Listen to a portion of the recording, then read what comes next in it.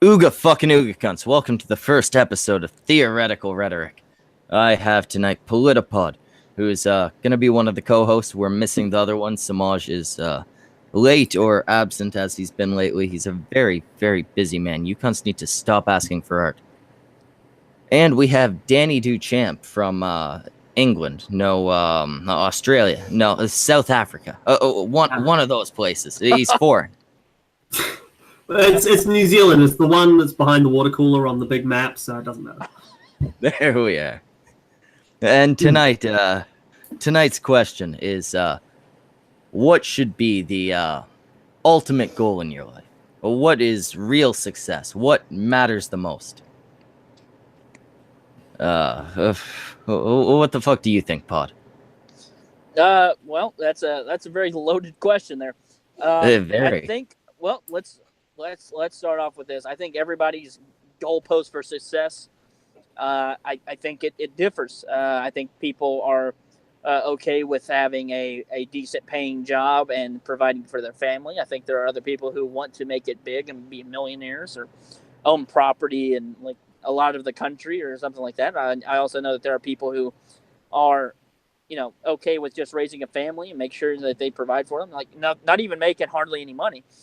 So when you're asking the question, I think it depends on the individual.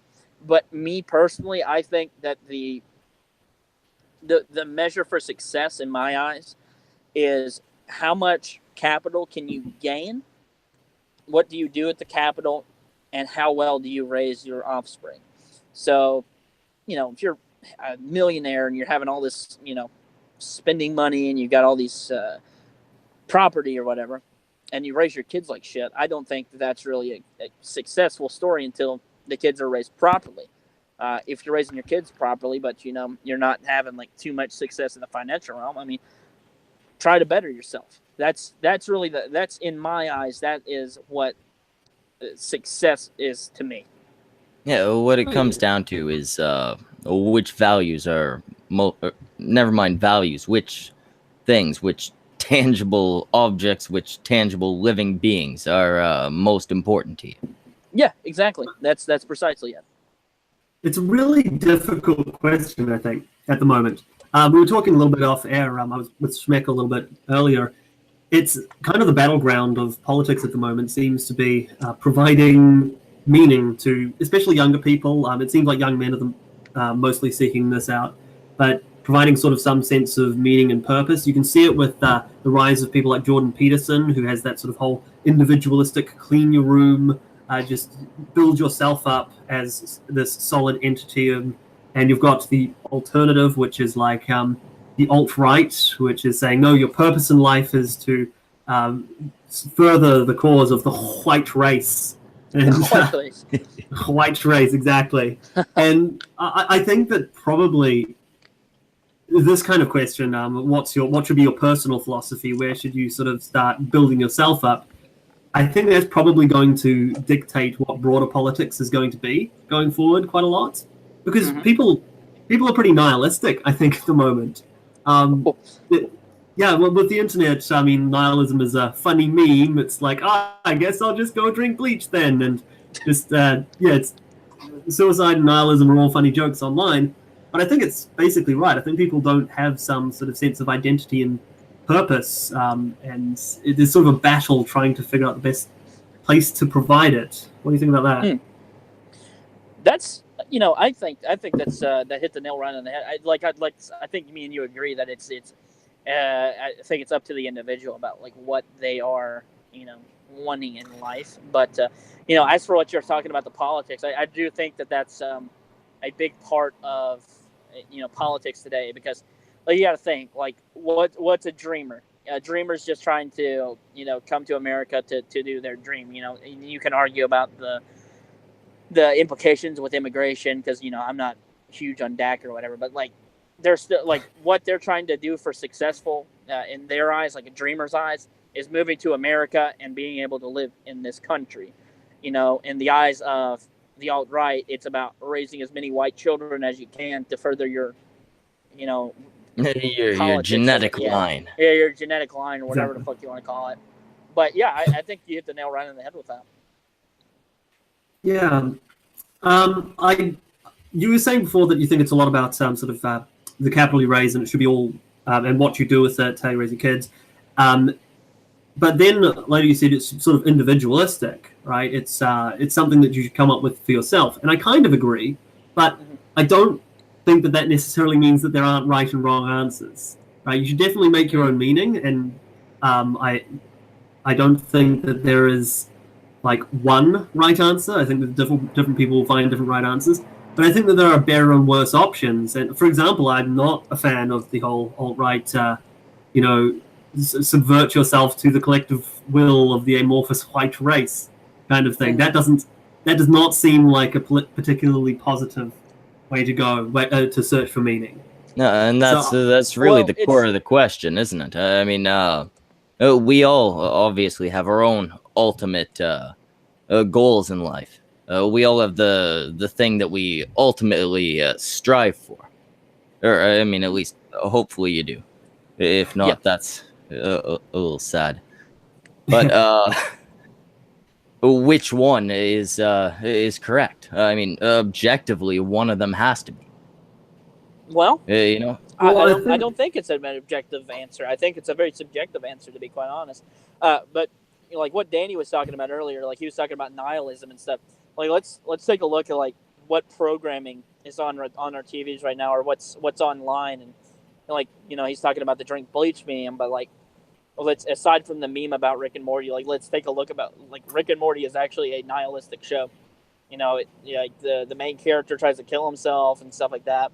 You've got things like you know the drink bleach meme going around and other stuff like that, and you know in my life or giant meteor 2020 or whatever the fuck. And you know, yeah, I think he's 100% right about the nihilism, you know, coming into the culture. But Dr. Lehman raised a good point on one of his videos. I think we're reaching an age in our lifetime, or not our lifetime, but in humans' lifetime, where the people don't really care about a lot of things. They are in an area where, you know, I don't know if it's just the government's been providing for so long, or if it's just like they know that they're going to be successful, or what it is. But you know, they're in like some type of weird amalgamation where you know they don't give a shit about anything. Like they'll joke around and fuck around and get high and get drunk and stuff like that. There's nothing wrong with that to some people, but you know, it's really an age where no one really cares. So the question I think is in this age that we're talking about right now, what should be your ultimate goal for the end of your life? And you know, at this point, I think it's very subjective, and I also do think that the amount of people who would be like just live through life and have fun is going to be extremely high, comparatively speaking, to people like me who think it's just gain as much capital as you can and have a lot of good kids, you know? Right. Well, I think that there's... well, first of all, I wanted to say something about... I mentioned nihilism first, so I should have said this when I first mentioned it. For any nitpickers out there, no, I'm not referring to like philosophical, existential, or moral nihilism when I say nihilism. Nihilism might be totally correct in a philosophical sense. You could totally think that knowledge is technically impossible 100%, and that's not what I'm referring to here. I more mean like so that dejected, I don't care about life, sort of the colloquial meaning of nihilism. So I just wanted to say that for any nitpickers. But in addition to that, I wanted to say that that there's that battle about what meaning can we provide to people's lives. Yes, it's a subjective thing, right? Different people are going to have different answers, and like I said before, I'm not going to say there's one answer. But again, like I said before, that doesn't mean that every answer is equally valid. Some answers, some things might pursue that you think will give you meaning, actually won't. So, and some things will definitely do that very well. So there's better and worse answers, and I think you're going in a good direction with the kids thing. Like that's probably the most common source of meaning for people throughout history.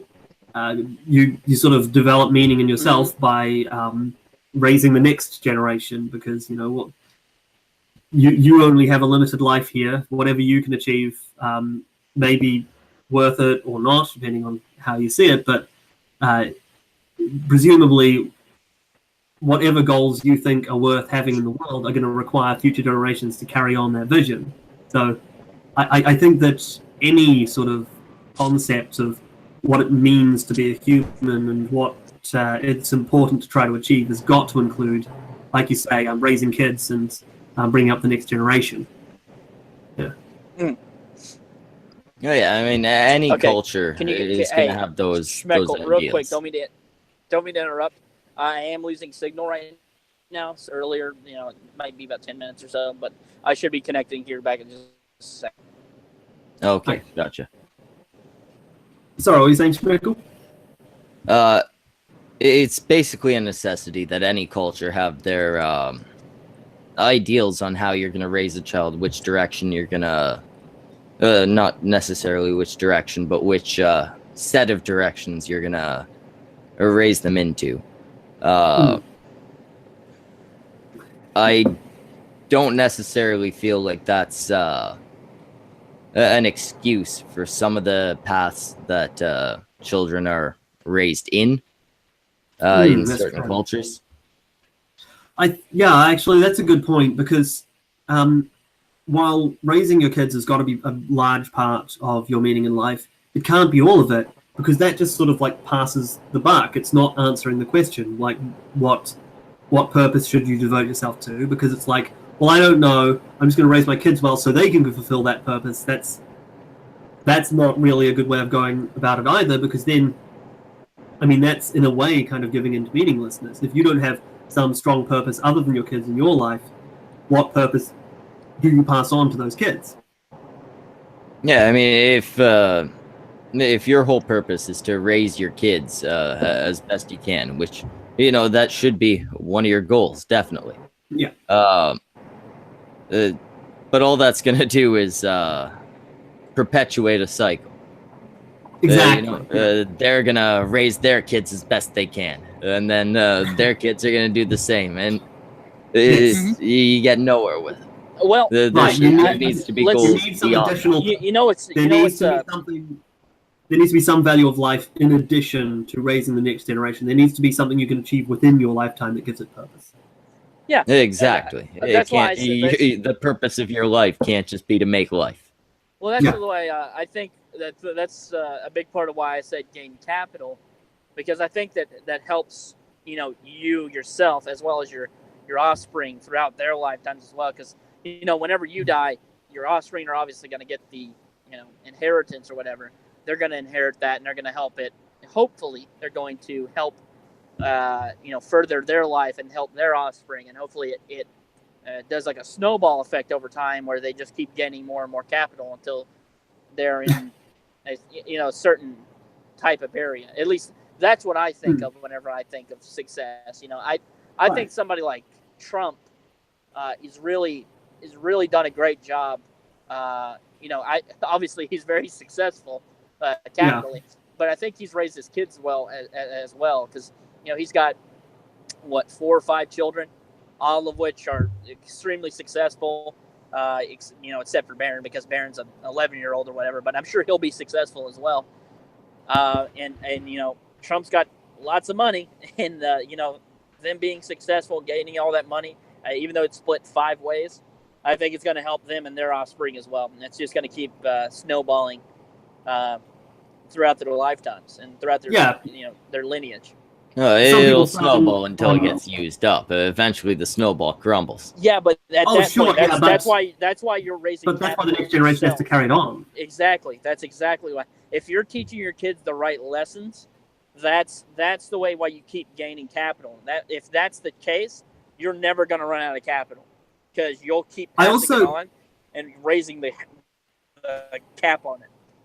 I also want to sort of defend that notion of like a big part of your life can be part of your meaning can be gaining capital. It sounds sort of very cynical, I think, to a lot of people. It's like, just gain capital, just get money, just get rich. And the universe is material. I don't know if I'm bursting anyone's bubble there, but the universe is made of stuff.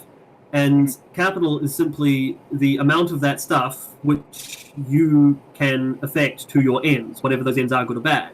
So it shouldn't seem like a petty thing, and I think it does to a lot of people. The idea of gaining wealth and capital, it seems petty, when I think actually it's more significant than that. Right? I feel like we have a little bit of an ingrained ideal back from the days when most of us were religious. Back when the majority of the society was religious. You know, you have that idea of material wealth versus spiritual wealth. And, you know, material wealth is pretty fucking good. Yeah, I mean, you can get a lot of enjoyment out of money. Money's fun. You can buy most things with money. Yeah, you can improve the world with money. You can if you think that something is important and worth doing, then gaining capital is the way you do that without enforcing it on everyone, right? Gaining capital allows you to achieve the things that are important to you voluntarily. You know, the only other way to achieve the things you want to do is by force and theft. That's usually things people don't think of as positive. Oh, thank fuck, Samaj is here. Samaj, I have to take a piss. You're in charge. No, I think, and whenever I say capital, I'm not talking just like wealth capital. I'm not talking about things. I'm talking like another good investment in my I think my the reason why I think you continue is usually for your children, and it's to better your children's lives. And I think the only way that you really can do that is through capital. That's not saying that those who don't gain a lot of capital aren't improving their children's lives, but I think the best way to help your kids and your offspring and your bloodline, not like race or anything, but individually, is to help them gain capital, and not just land. Land is a huge part, because if you're on like I think some of the wealthiest people I've ever heard of have had the same land in their family for hundreds, if not thousands of years. Like, you gotta think, like somebody like the Biltmores. I don't know if you've ever heard of the Biltmores. So the Biltmores, they built. Actually, I think they were the Vanderbilts. I'm trying to remember, one of the two. They were the Vanderbilts or the Biltmores. They owned a railroad company and built like this huge, humongous house, and that's been in their family for forever. Their great grandkids own it now and are using it as a tourist destination, and they're making tons of money off it, which I'm thinking of. They also own the University of Vanderbilt and are actually getting money from the university as well. Right. And they've owned all this land for hundreds of years. So they're making family wealth. Bank. Exactly, and it just increases their family wealth. I mean, shit, they've had, great, like 6 generations worth of children now, and now they have kids, and then their kids are having kids.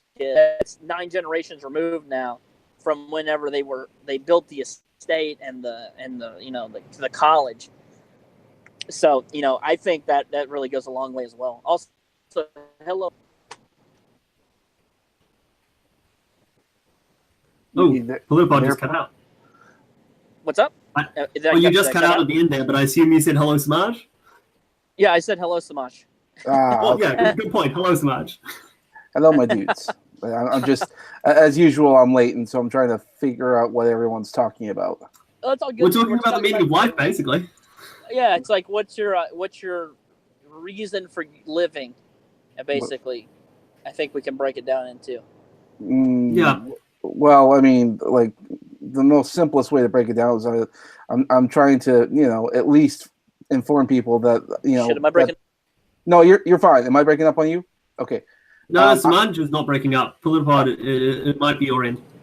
He might be part. All right. So no, for someone like, it's very simple right now. The best way to the meaning of life and all that kind of stuff is to make sure that you know the way. Of course. I hated that meme for ages until people started calling it racist. Now I love it. Yeah. Yeah, you're telling me. For fuck's sake.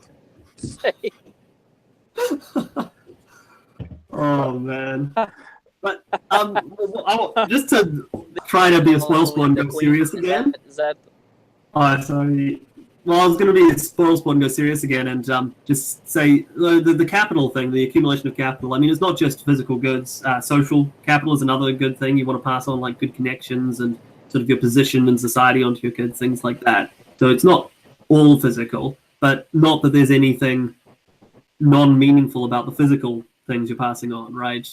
Like I say, the universe is physical. Physical stuff's pretty important. And the land thing you also mentioned, I was planning to say at the time you said that. No, the land thing is like oh, Politipod, you're breaking up, my dude. Yeah, shit. Pod, you might need to F5 or something. Give me a sec, weak guy. Hang on. No worries. Okay, well he's out. But another thing that I was going to mention about sort of meanings of life that we can provide to people, that sort of ideas that people can devote themselves to. There's something that was quite common amongst like your edgy atheist community people that I think was actually quite positive, which is the Carl Sagan quote. We are a way for the cosmos to know itself. I think that humans are the only thing of which we know in the universe that can actually perceive said universe. So I think expanding human knowledge could be seen as a really important thing that you could do with your life, right? That's something that can have really positive meaning for you. Yeah, that does seem like one of the things that might be a reasonable choice for the ultimate goal, the most reasonable goal to strive for. So let me ask you something. One, am I still breaking up? Yes. Awesome. I love it. Okay, hang on one second. The meaning of life is to solve all technical difficulties. Once we can do that, we can live in a perfect, harmonized world. Yes, exactly. All right. Well, sorry. Go ahead, Samaj. I was just gonna say, the question of like meaning of life and all that is a very interesting one, and I think we only really worry about it because we're one of the few species that develop language, and this is how we've learned to ask questions and stuff. And we really don't have the answer for a lot of these things, and so we're left making up a lot of hypotheses and wondering on to how we do this and how we achieve that. If I had to make a guess. We have this gland in our brains that uses serotonin to sort of mark on things like status and life goals and achievements and whatnot. And I think that one of the things that we tend to do is, one, we try to better ourselves, but also we try to achieve goals. And we're a very goal-oriented society. So like your goal could be something as simple as, like when you're young, you'll want to complete high school. When you complete high school, then you're going to go off to college. And once you're done college, you're going to do this, and then you're going to do that. Then you're going to do this. And I think that the only time that kids tend to play a factor is after you've already, let's say, reached many goals, and now you're bored. So then you have to have kids. But now you have a new set of goals because now you want your kids to do this, and this. And so now your goals then change to help benefit them in another way of going about it. And also like other things like there are social goals like being good and to others and all that other kind of stuff. But that we're kidding ourselves if we're thinking that we're doing that for altruistic reasons. We're doing that strictly for social goals and doing it for social brownie points, if you will. I mean, it's maybe. I think that sometimes I'm not even sure if when we advance ourselves socially that we even have a specific intention other than we just feel like doing it, right? Most of the time when you hang out with someone, it's not because, if I hang out with this person, then I'm going to improve my social status. And it's also not altruistic, as you say. It's not like, oh, this person wants me to hang out with them, so I'll do it to make them feel good. It's usually just because that's it's what we naturally do. We don't even really think about it. It's just like, oh yeah, I'm hanging out with this person. We're a social species. I don't think that we think about. I think we do think in terms like, oh, he's my friend and all that kind of stuff. But what we do with our friends, like especially if you're a guy, we are actually very competitive. If I'm going to get with my buddies, we're playing video games. I'm going to fucking wipe the floor with my friend there on Halo. And then that's a form of competition. And then same thing with arguments. I mean, one of the things like in YouTube right now is the whole blood sports stuff, but that's also a form of competition. That's sharpening your verbal skills and maybe even some of your mental skills. It's a competition of sorts, and you're doing that to better yourself in a lot of ways. And that's part of the reason why we hang out with the friends that we do. Well, that's a very Trumpian sort of view to the meaning of life. Win bigly. It's a really... No, I think it's a positive thing. I don't think that there's anything to be ashamed of about being competitive. Well, yeah, I think, for us guys, I mean, we are naturally competitive in this way. And I don't know if I'd say it's sort of like... Huh? I think everyone is. I think women are just competitive in different ways. They are. I think, if you've got a bunch of women in a room, I guarantee you that they are competing about something. Oh, exactly. I mean, a lot of that is also like fashion-oriented stuff, and then like once they've reached past that point, they'll start talking about their husbands, and then after that, it'll go in a twisted form of saying like, "Oh, my husband has this many problems. Oh, he comes back from work, he has a terrible problem with his back, and oh, my husband comes back from work in the coal mine, he coughs up blood. Oh, well, my husband can't give me an orgasm because his dick is too small." Believe it or not, I don't trust them. I guarantee you they're talking about your dick size. Oh, so Samaj, are you telling me you don't trust women? I'm not a MGTOW. I'm not saying that. I'm just saying he's a MGTOW. He's a MGTOW. I'm just saying. You're not a MGTOW? What's wrong with you? No. I'm just saying women talk. And I don't think they intend to do it maliciously. I just think it's just something that they do. Like you said before, they compete in different ways. Right. Yeah. It's usually. I mean, everyone competes for social status, but I think women especially, like that's really common for women to sort of just compete in subtle ways to make sure that they are at the top of the pecking order. Well, and we also have to remember, like, the priorities change as time goes on. Like, when you're younger, it's all about the fashion, and then when you're in like your mid age, it's all about like your partners, your husbands, and whatnot. And then when you get older, it's about the kids. I think it gets worse when like when women hit their 30s and they don't have kids. Well, I mean that could be like oh god, I gotta play catch up because all my friends have had kids already. I think guys do that too. Kids. I just think they don't mention it. I think that without kids, once they get into their 30s and 40s, obviously it'd be later for guys because guys can have kids later, so that doesn't kick in that they're not doing this until later. But I think that guys can often end up feeling pretty meaningless without children, just because there's, you go to work each day and to get money so that you can eat and play games and things like that. But when you've got kids, it sort of feels like, oh no, I need to go to work. This has purpose. This is important what I'm doing. Well, it's like what I was saying earlier about like your goals change when you it's not that like your goals really change. I mean, you're still in the same thing, but you have new reasons to do what you do. It's like when you beat a video game and you're like, why would I ever play this game again? I've already beaten it, but then new features have been unlocked. And so now the game plays differently than what it did before. It's like a new game plus. A new game plus. And so think of your life. Or if there's a DLC or if there's achievements to be unlocked. Yeah, think of it like it's sort of like a new coat of paint on the same product. That's exactly what your life hasn't necessarily changed that much, but there are new factors, and there'll be new struggles and new differences and new goals. One second, we've got BS in the chat asking. Yet I asked, do any of these guys have kids? I do. I don't know if Danny does. The other two don't. No kids. Okay, so just me. What do you mean I don't have kids? Have you impregnated your woman yet? I've impregnated several women. Oh, okay. He's joking. For a second, I thought Pod had kids. I'm joking. Were you worried? No. Little Pod's running around. No, I'm not. Here's the reason why I'm not having kids. I'm having kids. I'm not going to have kids until I actually have a stable income that is above $50,000 a year. Because otherwise, that's understandable. It's otherwise you're going to be fucking broke. Yeah, unless you're making a ton of money on YouTube.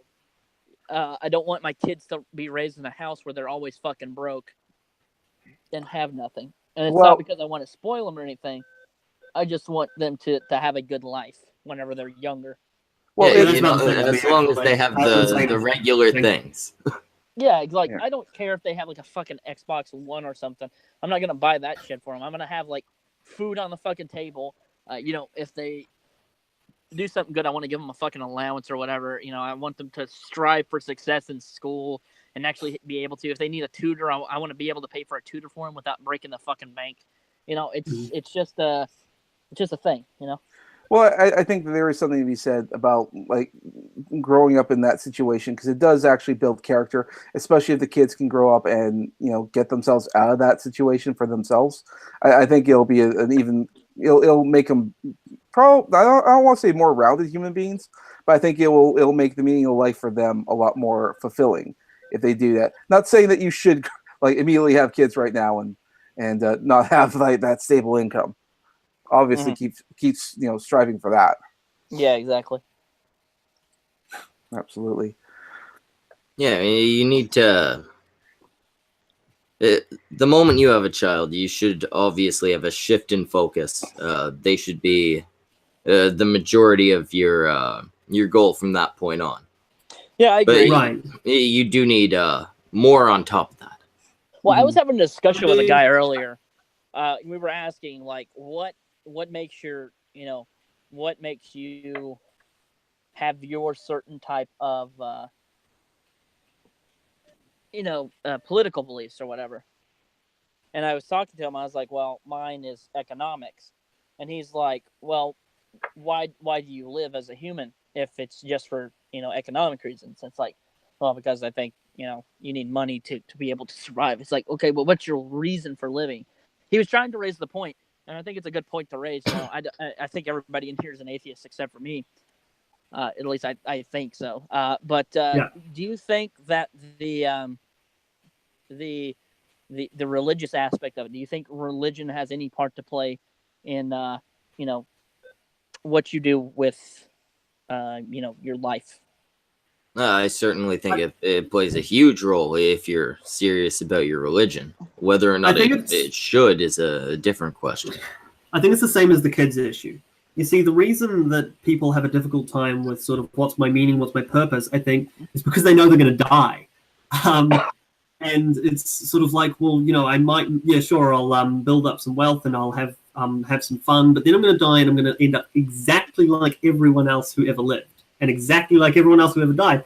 And so I think that one of the largest parts of providing some kind of meaning and purpose and some kind of guiding philosophy for people is giving some justification for that. Like that when you die, okay, yeah, you will end up the same as everyone else, but what will your accomplishments mean at that point? Material wealth you built for yourself won't.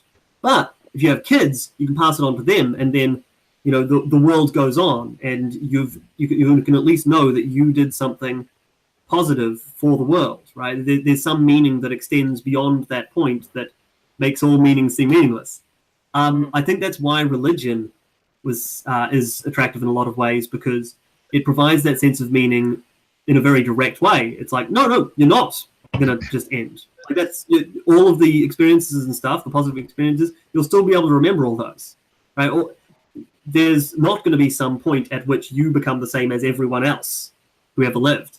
So that's a very simple way of getting around it. But if someone isn't able to be religious for whatever reason, they, I think, need something in addition to that. Like, I think a lot of people try to do it through environmentalism.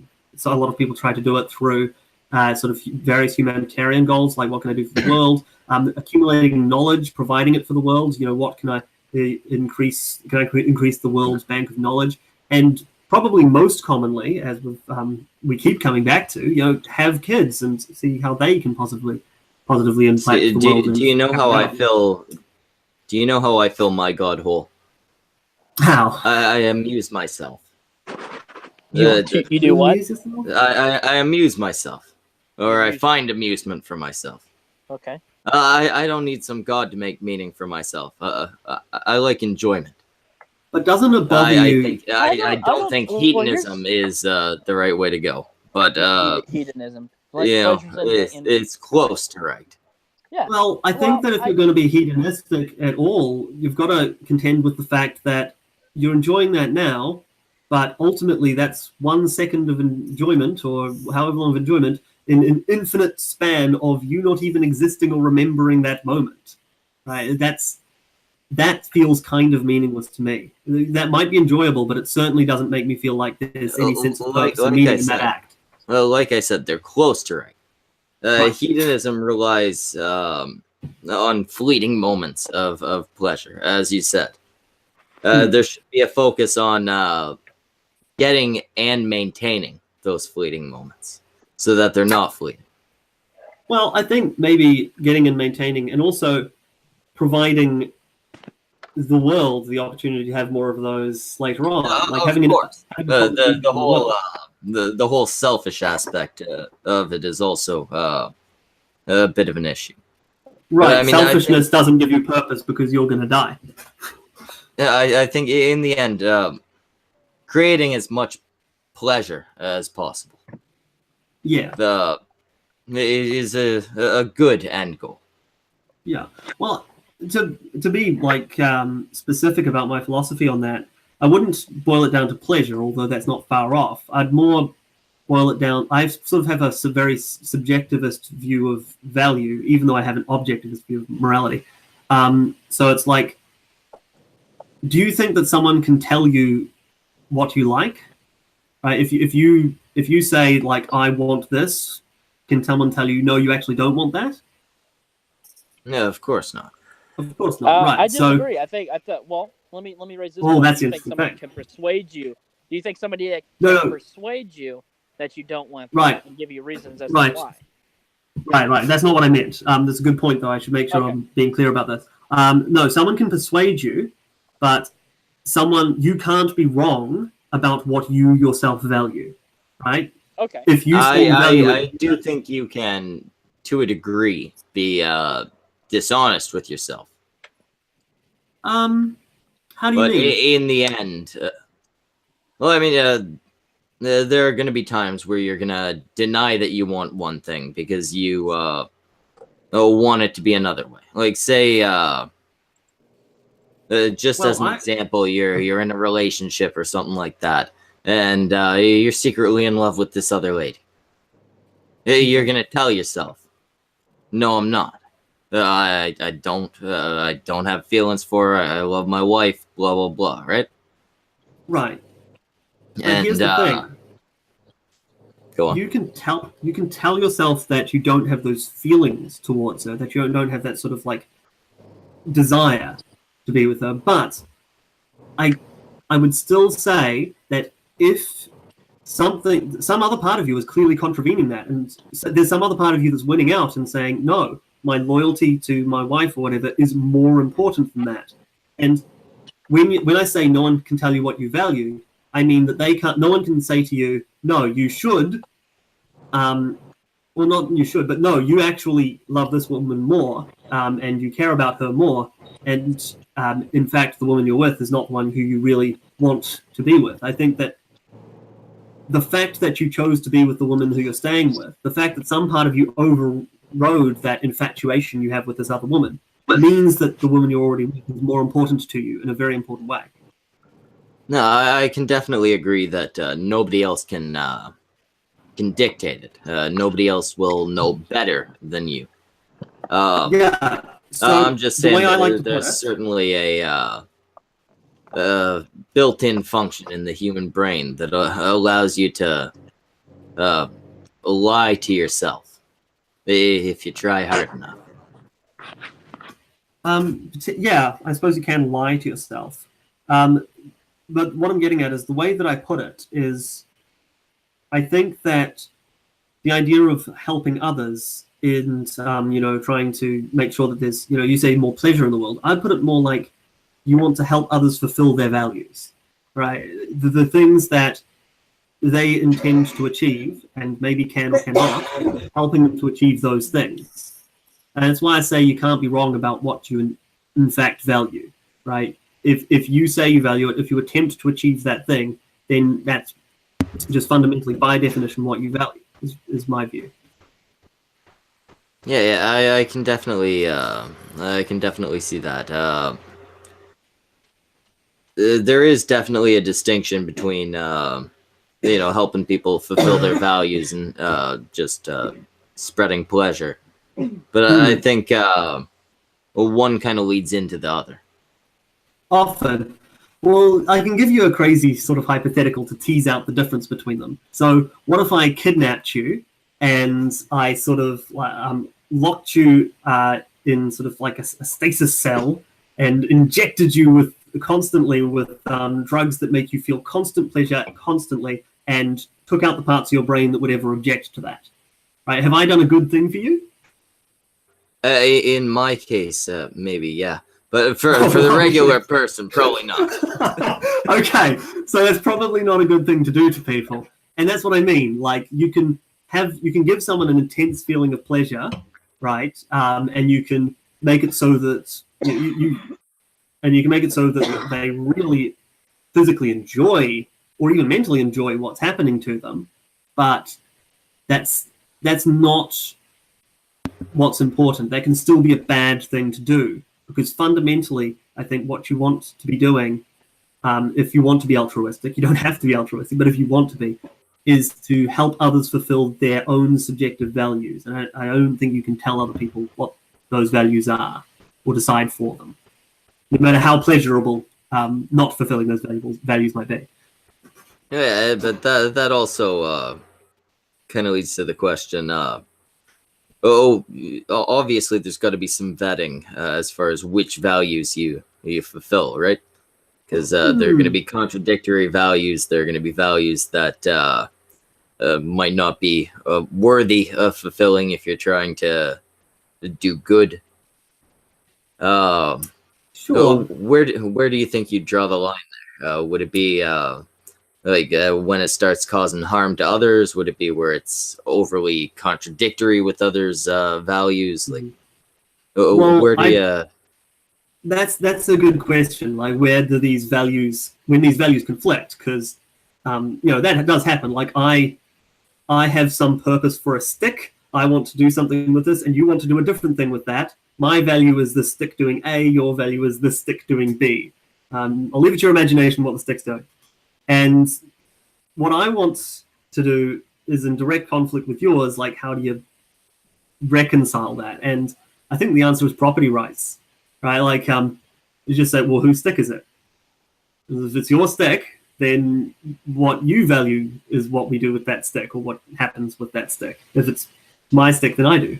So that's where I draw the line. I mean, certainly, and that works for that scenario. But if we're trying to help everybody recognize, uphold the values that they believe in, how do we deal with something like an ethno-state, or rather the supporters of ethno-states? I don't have an issue with that if they want to do it. No, an ethno-state, I think that I've got no issue with an ethno-state if they go and get their own land and start it by themselves. If they want to take... Or if, like, a state... If, like, imagine a state of America just became all white voluntarily, and then they just decided we want to secede from the Union, putting aside how difficult that might be, and then that I wouldn't have an issue with that, would you?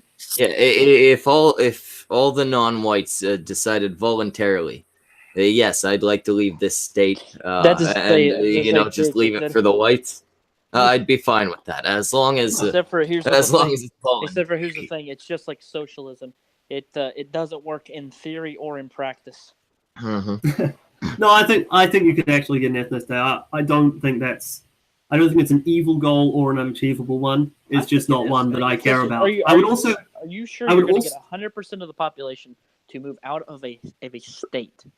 Not quite like that, but if that's not how I'd see the ethno-state happening, right? So first of all, you got to define an ethno-state, because I imagine that it doesn't have to be 100% well, white. Let's take the Richard Spencer ethno-state, which is a pan-European state. Richard Spencer talks about Richard Spencer talks about basically Israel for white people. So he doesn't need it to be 100% white. He just wants it to be explicitly set up for the benefit of white people and to restrict immigration to non-whites. And that I don't really have an issue with. Like, let's say a country just all gets together and they decide their immigration policy, they vote on it, and they say, okay, we're only letting white people in. That seems fine. I don't really have an issue with that. Is this just for a state or is this for a country? Well, a state and a country are usually the same. Well, in the case of New Zealand, what I'm used to does the same thing. I don't mean I meant like a United States type state, not like a. No. He's talking like a nation state. Yeah, a nation state. Okay, so you're talking about nation state. Okay, yeah. I don't really have an issue with it. I mean, in all honesty, I do have an issue with it in the sense that I don't actually support democracy in the first place. I'm an ANCAP. But I know. Putting that aside, if we pretend that democracy is valid, then I would have no issue with that. I've got no issue, like I said, as long as they're not forcefully displacing or worse all the minorities. That is exactly what I'm as saying. long as it's done voluntarily or it's a situation. Is that they always end up committing some type of violence against somebody, though. That's the problem. I do worry about that. Like, if the alt-right actually started growing, I would hope that someone like Jared Taylor, who's more libertarian, would end up being who they follow, as opposed to someone like Richard Spencer, who's more authoritarian. That's the thing, right? Is like they're, and I was just having a conversation with another YouTuber about this, who gets called alt-right all the time, but doesn't even support them. Like, they support what you're supporting right now, but then they're like, I have a feeling that if that were to be implemented, that they would turn from the nice, more respectable group, like not that they're like super nice, but they're more respectable than, say, the SJWs. They think that they're going to turn from the more respectable group into a much more harsh, totalitarian type government, which I don't tend to disagree with, because I've seen, I've listened to like what they're talking about, like, like the whole getting there is like the first step. But maintaining their state afterwards is the big point of contradiction, for me. Because if you're doing it without force to get there, I agree with you. I don't think there's any problem with that. But once you start going in there, well, yeah, and if we're taking the whole issue with like the Richard Spencer state, like I was saying, if he starts then grouping up the blacks or the Asians or whoever it is, like whatever minority it is, starts first, and then they start being, persecuted in some way. They get put into one area of a city, or they get thrown into camps, or like worst case scenarios. I think that's more of what you would see, more so than them just living in harmony, to be quite honest with you. Well, my actual prediction is that the alt-right ethno-nationalists won't actually gain enough traction for this to be an issue. But yeah, that's my prediction as well. But if it did, hypothetically, I think that it would depend on who that they are sort of looking to as their leaders. Because, like I say, if it's Jared Taylor, I wouldn't be worried at all. Like that seems fine. But if it's Richard Spencer, I'd be fucking worried, because that dude has literally supported things like monarchy. Right? Yeah, he's a monarchist. Like he's not a peaceful dude. No, he's a very authoritarian guy. That tends to be the thing with monarchists, though, isn't it? Yeah, that does tend to be the thing. But yeah, at the end of the day, you seem to be on about the same page as I am. It's that's why I brought up the stick, because it's a simple example. But this all comes down to property rights. If there's nothing wrong with you achieving your goal. In fact, I'd say it's a good thing, provided you do so without violating anyone's property rights. Like, you want to use this stick for purpose A, totally fine, unless it's not your stick and you're stealing it from the guy whose stick it is. Then I have an issue with it. All rights are property rights. Remember that. And taxation is theft. Yes. Anyway. And now you're catching on. Now I'm catching on.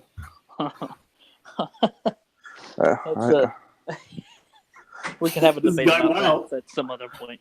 I don't know. We bounce around the idea of having an ANCAP conversation. Well, invite me onto that one, fam. I don't know. We tend to think that'll devolve into cancer, but we'll see how that goes. It always does. Let's be honest. Yeah. I don't know. What's the worst that could happen of just talking about autismo capitalism? Danny's one of the better ANCAPs. I've talked to ANCAPs that are absolutely fucking autistic when it comes to things. And they're very annoying. Hey, I'm perfectly autistic too. But, but you're a functioning autist, whereas Right, people that's just the difference. Yeah. shit out of their mouth. No, there's some things I disagree with most ANCAPs on. Like, I'm not a hard deontologist. I'll have like, you look. I think you can steal bread to feed a starving family. Most ANCAPs would say you can't. I think that I think that it's sort of justifiable while the state apparatus is in place to have immigration policies, but a lot of ANCAPs don't. So I'm not a crazy ANCAP. I'm just one.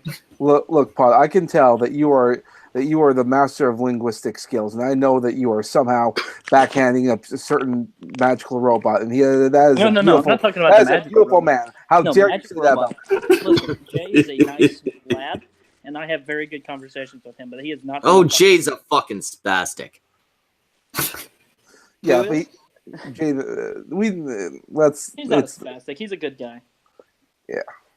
I haven't spoken to him in maybe a year. Maybe he's improved, but the last time I spoke to Jay was a fucking spastic. He went crazy, but he got better. He actually has like No, we're getting off topic. We need to get back. We are. We need to. I'll leave you off topic for a second while I get a beer. I'll be back in a second, Okay, guys. sounds good. Yeah, we'll have the ANCAP conversation at some point, and maybe we'll bring him on. Yeah, I'm fine with getting Jay on. I have nothing against the guy. He's just if we need Dapperton, I can get him because I'm in the same hangout as him. That's all right, man. He follows me in Samaj. Yeah, all I have to do is like I could send him an invite. He'll say, "Will I be in the thumbnail?" I'll go, "Yeah." Oh fuck, Samaj, send him a link now. No, we are not having We're gonna turn this into an ANCAP. We are not having we will have the goddamn ANCAP conversation. Oh, by the way, $5 from Accelerate, spelt very strangely. Anarcho-capitalism is an ends, not a means. This is the problem with most ANCAPs. They want the state dissolved tomorrow. Mm-hmm. I feel like that's something we should probably bring up when the ANCAP. That's a good point. That's a very good point. I actually think that's pretty on the nose. Well, that's why I'm a minarchist, because. Oh, by the way, Samaj, Nightbot has been promising the chat that if we got super chats, you would moan. Ooh. What? It wasn't me. Nightbot did it. Nightbot is a bot. You programmed it. What? Who programmed it? The AI is gaining a life of its own. I can't tell. Samaj, just give him a goddamn moan. Look, chat. Press 1 if he's correct. Press 2 if he's trolling me. Press 1 if I'm telling the goddamn truth, chat. See, we got Kadan. She says, moan, Samaj. What have I come back to? You don't want to know. Moan for the ladies. Look, that's only 3, 4. That's only there's a 2. All right, see now. Oh my. Yeah. But before this disappears, Danny, while you were gone, Accelerate gave us a super chat saying, "Anarcho-capitalism is an ends, not a means. That is the problem with most ANCAPs. They want the state dissolved tomorrow." Yeah, no, that's absolutely true. Anarcho-capitalism is a goal. It's like a sort of a state. It's when there is capitalism, but there is not a state, and it's not a philosophy, right? Libertarianism is the philosophy. Anarcho-capitalism is a goal that many libertarians share. Also, I should have some context here. Schmeckel has informed me that Nightbot or whatever, if we get like a super chat, apparently I'm supposed to moan. So, yeah, Nightbot said it, not me. Mercy.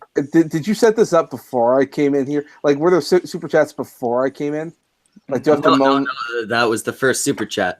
If you want to moan a bunch, you can give him some free ones. I mean, no. We need super chats to confirm that. Also, my mother's fucking sleeping in the next room. You son of a bitch. I can't believe I gotta do this. All right. What? Hold on. Shut up. Wait, another $5. Sir Adamantine says, "Thanks, you gorilla motherfucker."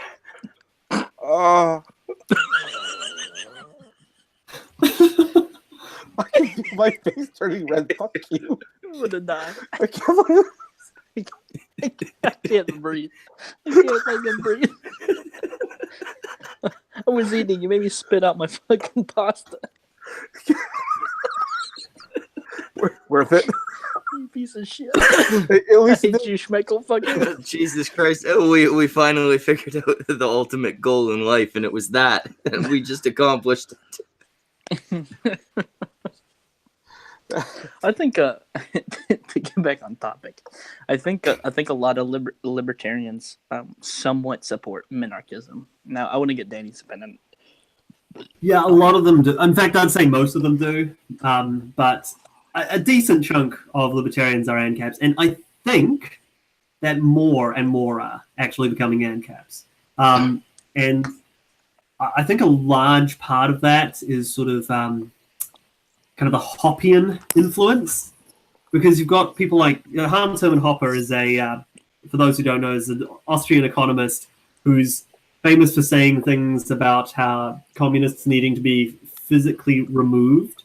And I think that basically he's providing a less pie-in-the-sky version of anarcho-capitalism. He's sort of saying, well, no, if you want to have a libertarian social order that lacks a state, then there's a lot of sort of social mores that you're going to have to uphold. You're not going to be able to like sort of just convince everyone tomorrow to be an ANCAP, but you could sort of start a society, or like you could have sort of sections of the world where non-libertarians were excluded, and therefore the majority position is libertarian, and that could function like that. It's not going to be just like, oh well, we'll just obey the nap and so will everyone else, right? Which was never convincing. Let me ask you this: I know that there are quite a few military members, at least here in America, that are turning to not only libertarianism but ANCAP as well.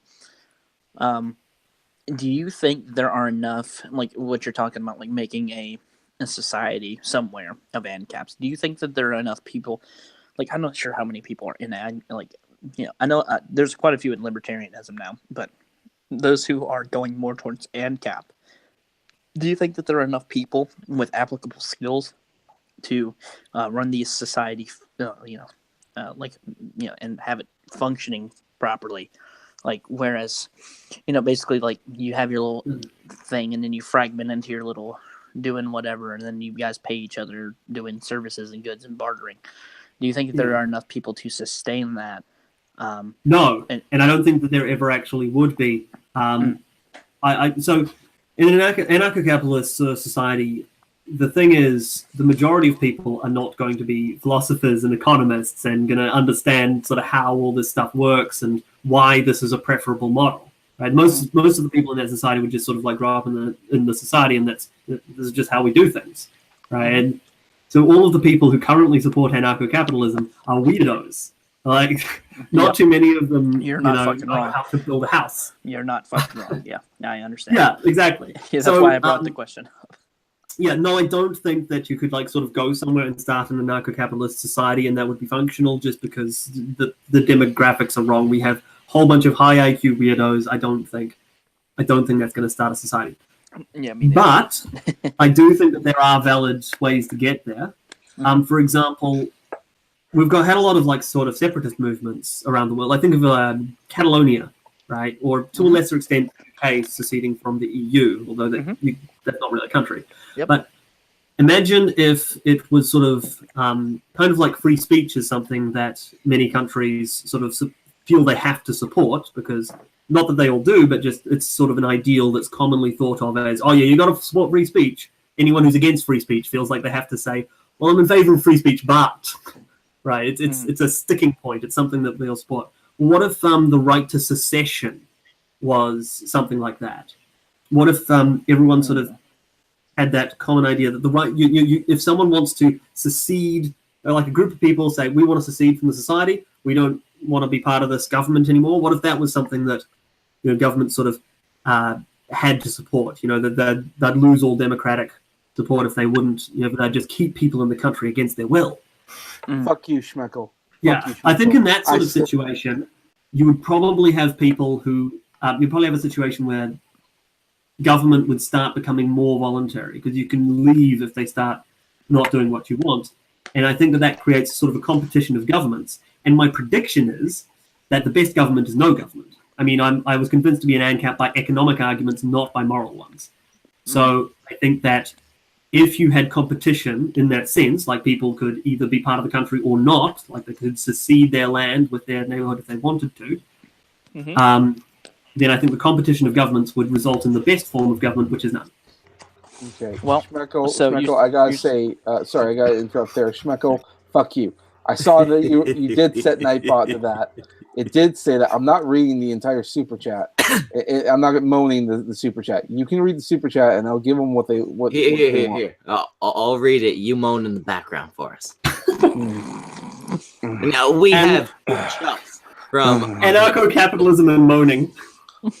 He says anarcho-capitalism would lead to slavery ASAP. I don't really agree. Slavery is not as profitable as people think it is. There's a reason the South wasn't as rich. I don't think you understand how do you understand how absolutely idiotic it is to have a slave in a capitalistic society? You know, you got to think. Capitalists don't want to pay for other people's shit. Why do they want to own a person, have to pay for their fucking health care, have to pay for their upkeep, have to pay for their clothes, have to pay for where they're living, have to provide them tools when they can do it themselves or pay an employee, and then the employee takes that money and pays for all that other shit himself? Well, you were describing all that stuff that you have to do for a slave. I thought you were describing a citizen of a European country. I mean, what's the difference, honestly? I think the other argument is that you would have to pay for all that stuff if you had a kid, but if you had a slave, you can at least get a lot more work out. I don't know. But any extra work that you would get, you would have to pay back into him. And if they have sex, if you have a female and a male slave and they have sex and they have a kid, that's it's an extra hand. Yes, but it's also an extra mouth to feed. It's an extra health care bill that you got to pay if they get sick. Yeah. If it's a sickly kid, you're going to have to put him in the hospital or put him in a medical care facility of some sort. Well, I mean, it's really antithetical if you really think about it. Well, the slaves would be like property, and you'd own them and whatnot. If they have a kid, who's to say you can't sell that kid?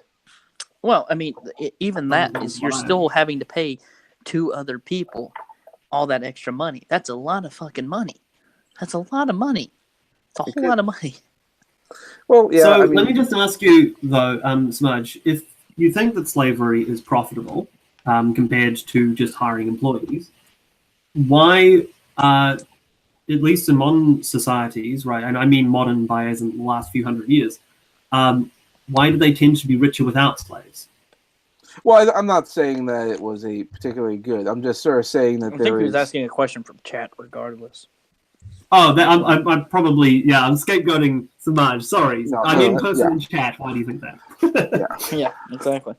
Well, no, and maybe I'll argue the point on the slavery aspect. I'll tell you what would make me a slave if I got paid a lot of fucking money and I was there all the time. Yeah.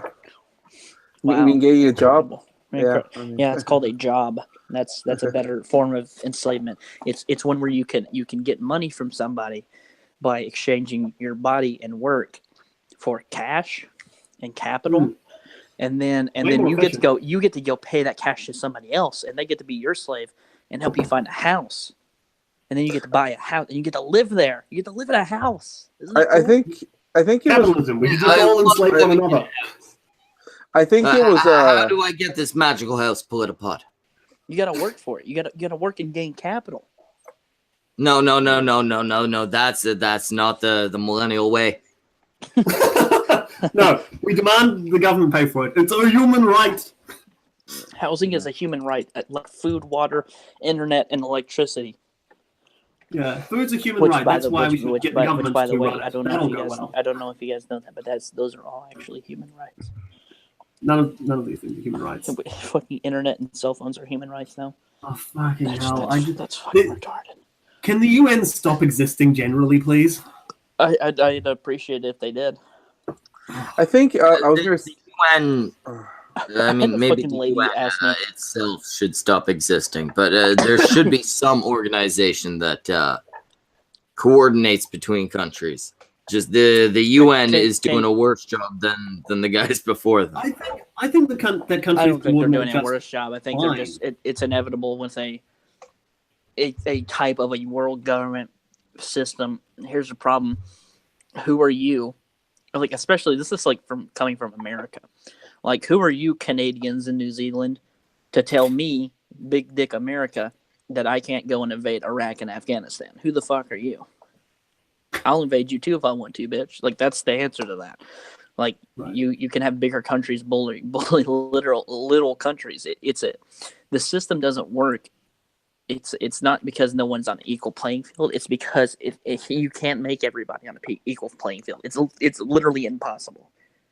Right, and you shouldn't even want to. Equality is Yeah, and it's stupid. Even if you did want to make them all equal, because it's not going to be equal. Because America's going to have more sanction power than is Venezuela, New Zealand.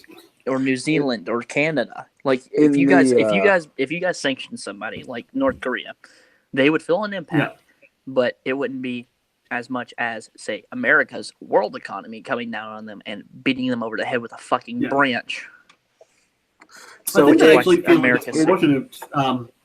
If you're talking about North Korea, actually, I'd feel a disproportionate impact if New Zealand did it because basically New Zealand's a massive trading partner of China. It's largely how we get our money, and North Korea is entirely supported by China. So. I was talking about that the other day in here. In the chat there, it said someone said that in Canada you just have to be a wealthy foreign businessman to get a house. And actually, I wanted to say no. In Canada. In Canada, you could be a terrorist and kill a couple of people, and we'll give you 10 million. Look, our liberal here will give you $10 million. Yeah, all you have to do is go and be a jihadist for the entirety of your life. Be like a 15-year-old, 16-year-old kid. Have your dad tell you to go into a U.S. Army camp, shoot up the entire camp, kill several U.S. soldiers, get arrested, get sent to Guantanamo Bay and tortured for like 5 years until we finally kick you out for being of no use anymore.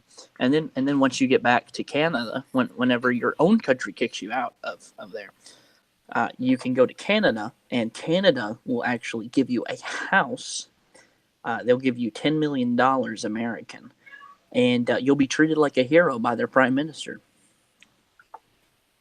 It's amazing. It's absolutely amazing. Is that really true?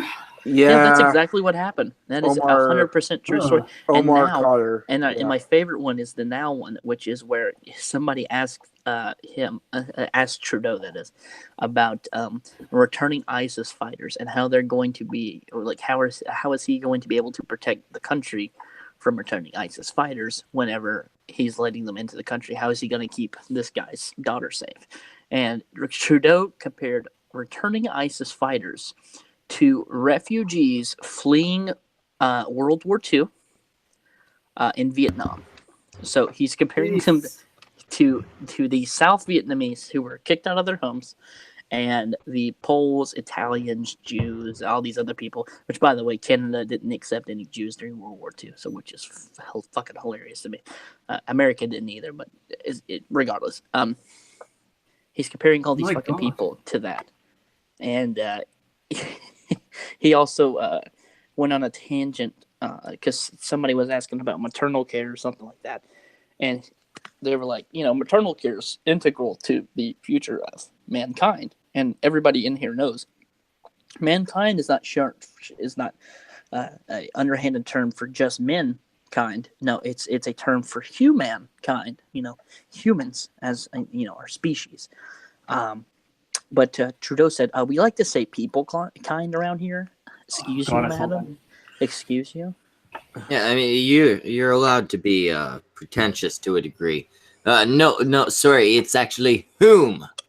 But I mean, at least say that in situations where it is fucking whom. Don't come out and say, no, actually, it's fucking who's. Because when you start making up words, you're always wrong. It's excuse you, it's hupers. It's hupers. That's the name of humans now. They're called hupers. Well, I mean, short term for human and person. I don't know if It's you hubris. My heard. favorite football team, Chester United. I don't know if you heard, Just- but He-Man is apparently going to get renamed. Well, remember, he's no longer He-Man. He's They-Man. He person. He's he person. They person. They person. person. You can't have he in there. That's far too masculine. Exactly. I am it's they you know, I person. absolutely love. I love going to the old footy field and just watching. Person Chester United go up against People Chester City. In People Chester, my favorite town of all. I love that. I love I that. went to the aquarium and I saw a people-a-tea. Ooh, that's a good one. Manatee? That's a good one. People-a-tea, yes. I didn't know they had people-a-teas in over there in New Zealand. Do they have people-a-teas in New Zealand? I've never seen one. I don't think they actually have them around here. Danny, you got to see a people-a-tea. It's Yeah. absolutely gorgeous. We've got Such a beautiful seals animal. down south, but that's about it. You mean shields? Excuse you, sir? Oh, sorry, shields. fucking Paige Avilis in the chat says, "Wasn't the people kind thing a joke? If it was, that was delivered no, terribly." That wasn't a No, joke at all. he's tried to claim it was a joke, but if It's the it same was a thing. joke, he was digging at the people that he wants as supporters. Well, if here's he's the other making thing. fun of SJWs, let then me that's cool. let me fine. ask you a question. You Do you should say think that. was it a joke whenever he forgot one of the provinces of Canada on Canada Day, the 150th Hey, that anniversary of happens Canada? to all of us. Nobody remembers Manitoba. No, it wasn't Manitoba. It was Alberta. It was one of Oh, the wow, most that's weird. significant Okay, ones. that's unacceptable. Well, Manitoba. He did. I was up there and I watched that happen live on television. I was there when that happened. Well, and like he has been on record saying that he does not like Alberta because of the oil money that it brings in. I wouldn't be surprised if he did that on purpose. This is what happens when you elect a fucking teacher as a goddamn political person. They're so fucking retarded that they can't see past their own hubris. You actually think drama teachers are teachers? Are you fucking kidding me? No, I don't think any teacher should be elected to public office, to be quite honest with you, because I know how the public education system is. And that's not saying every teacher. I'm just saying for the most part, public education teachers are not the greatest. Private teachers are fine. I don't have a problem with that. Or professors, like some professors, But for the most part, you're not the brightest. You're not the brightest crayon in the toolbox. What's that saying? If you, Sorry to any teachers in there. I love you all, but we got to be honest here with ourselves. Our public education system's a piece of shit. All public education systems are. Like, you won't find anywhere in the world where people are like, oh, no, my child's going to a private school. Damn, they're not getting a great education then. That's a true statement, Danny Duchamp. That's a good point, Danny Duchamp. Thank you. For agreeing with my point, not for saying my name wrong. Oh, it's wait. No, don't worry. You've got to pronounce it like Danny you pronounce it like a Frenchman. It's basically it's Danny the Duchamp. way you pronounce any French word is you don't pronounce the end of it at all. So it's Danny Duchamp. Yes, there you go. Perfect. Exactly. Okay. I feel like I need to put my fucking pinky in there to say your name. Yes, Duchamp. Danny Duchamp. Danny Duchamp. Excuse me, Danny Duchamp. This is Jaref Garapi. I would like to talk to you today about racialism. Would you like for me to? You have said that is incorrect. I would like to talk to you you need today to, about how you are incorrect you need on to every facet of look what at you the are talking. facts again. You need to do a little bit of studying. You need to really take a look at why you are wrong. I don't think you understand that trots do not get pregnant. This is a very big misstep in your thought process. I love that guy. He's such a nice guy. He seems like a smart guy. He seems like a nice enough guy. He's such I a nice can't guy. listen to him. I hate the stand whenever Quebecois so badly. Wow, that's some bigotry right there. that is the look. JF is like the only good thing of Quebec. I just want Samaj, $5 from Sir Adamantine. We're gonna need your moaning again. Yeah. You Canadians need to get rid of Trudeau and replace him with a trapper or an oilman. It is the only logical way that you can go about things. Otherwise, you will find that you are incorrect, and the country will be led into ruin. You are trying to kid me. I do not believe that this is true. That the cock known as Trudeau is going to lead the country into ruin. You very much sound like a Democrat in America who is always saying that the country is going to be ruined by Trump. That is very disingenuous. By the way, I do think can that he is a anybody cook. point me towards the nearest brothel where I may find the black girls with the big black titties? The big boom booms. I want to stick my thing in her boom boom. I want to die. Oh, come on. You know that guy at least fucks Asians. I know he does. He's a character. That guy. I love that guy. He's pretty good. Pretty good guy. You get the one thing. I mean, there are a lot of reasons I can't understand wanting an ethno state, but the thing that really gets me is no Asians. Oh, for fuck's sake! That's a rough go over there, laddie. I was just looking up Justin Trudeau because we're talking about him. I'm trying to figure out how much longer he's going to be in office because he's not going to get back in. And I'm like, oh wait, it says here he's born December 25th. I'm like, holy fuck, you got like a Jesus complex or something because of that? You do understand that for the most part, Samaj, you are correct in saying that he is a cook. For instance, did you know that his mother was fucked by Fidel Castro? During the revolution in Cuba? I can believe. I also can believe that he's been, or that she's been. Yeah. Let me tell you how much the people of Canada hate Trudeau. I know we have two Canadians in here. Yeah, please tell the Canadians how much we hate. Let me tell you how I know that people hate this guy. So, in all of my years of going to sports,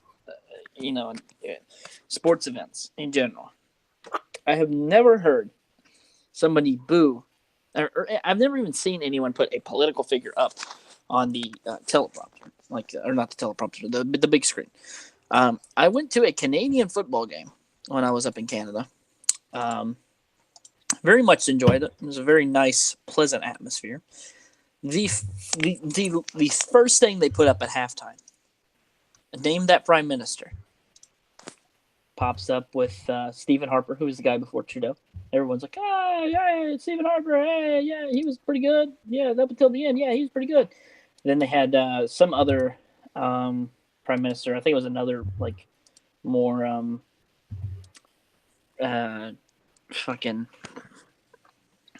conservative type prime minister. And they were like, hey, he was great too. They get to Trudeau's daddy. And they go, boo, boo, we hate Pierre, boo, boo, Pierre Trudeau sucks. They get to him. I have never heard a crowd boo somebody so loud in my life. Somehow, Sam, you are boring the cynics. I don't know who the cynics are. Cynics. There was a famous video that was going around everywhere, especially on Facebook, and then it got taken down, and I couldn't find it anymore. Imagine my shock. But it was a video of a hockey game, and then they had an advertisement for the government of Canada, and they had Justin Trudeau on there. And very much like what you're saying, the audience booed. They booed. I was just watching this going, holy fuck. Oh, yeah. Boo, no. Trudeau, boo. Yeah. No, He's we an don't awful like person. I hate that guy. So, if everyone hates Trudeau, how come he's elected? Because not enough people, you know how everybody in America hates Trump? It's the same situation, except on the other end.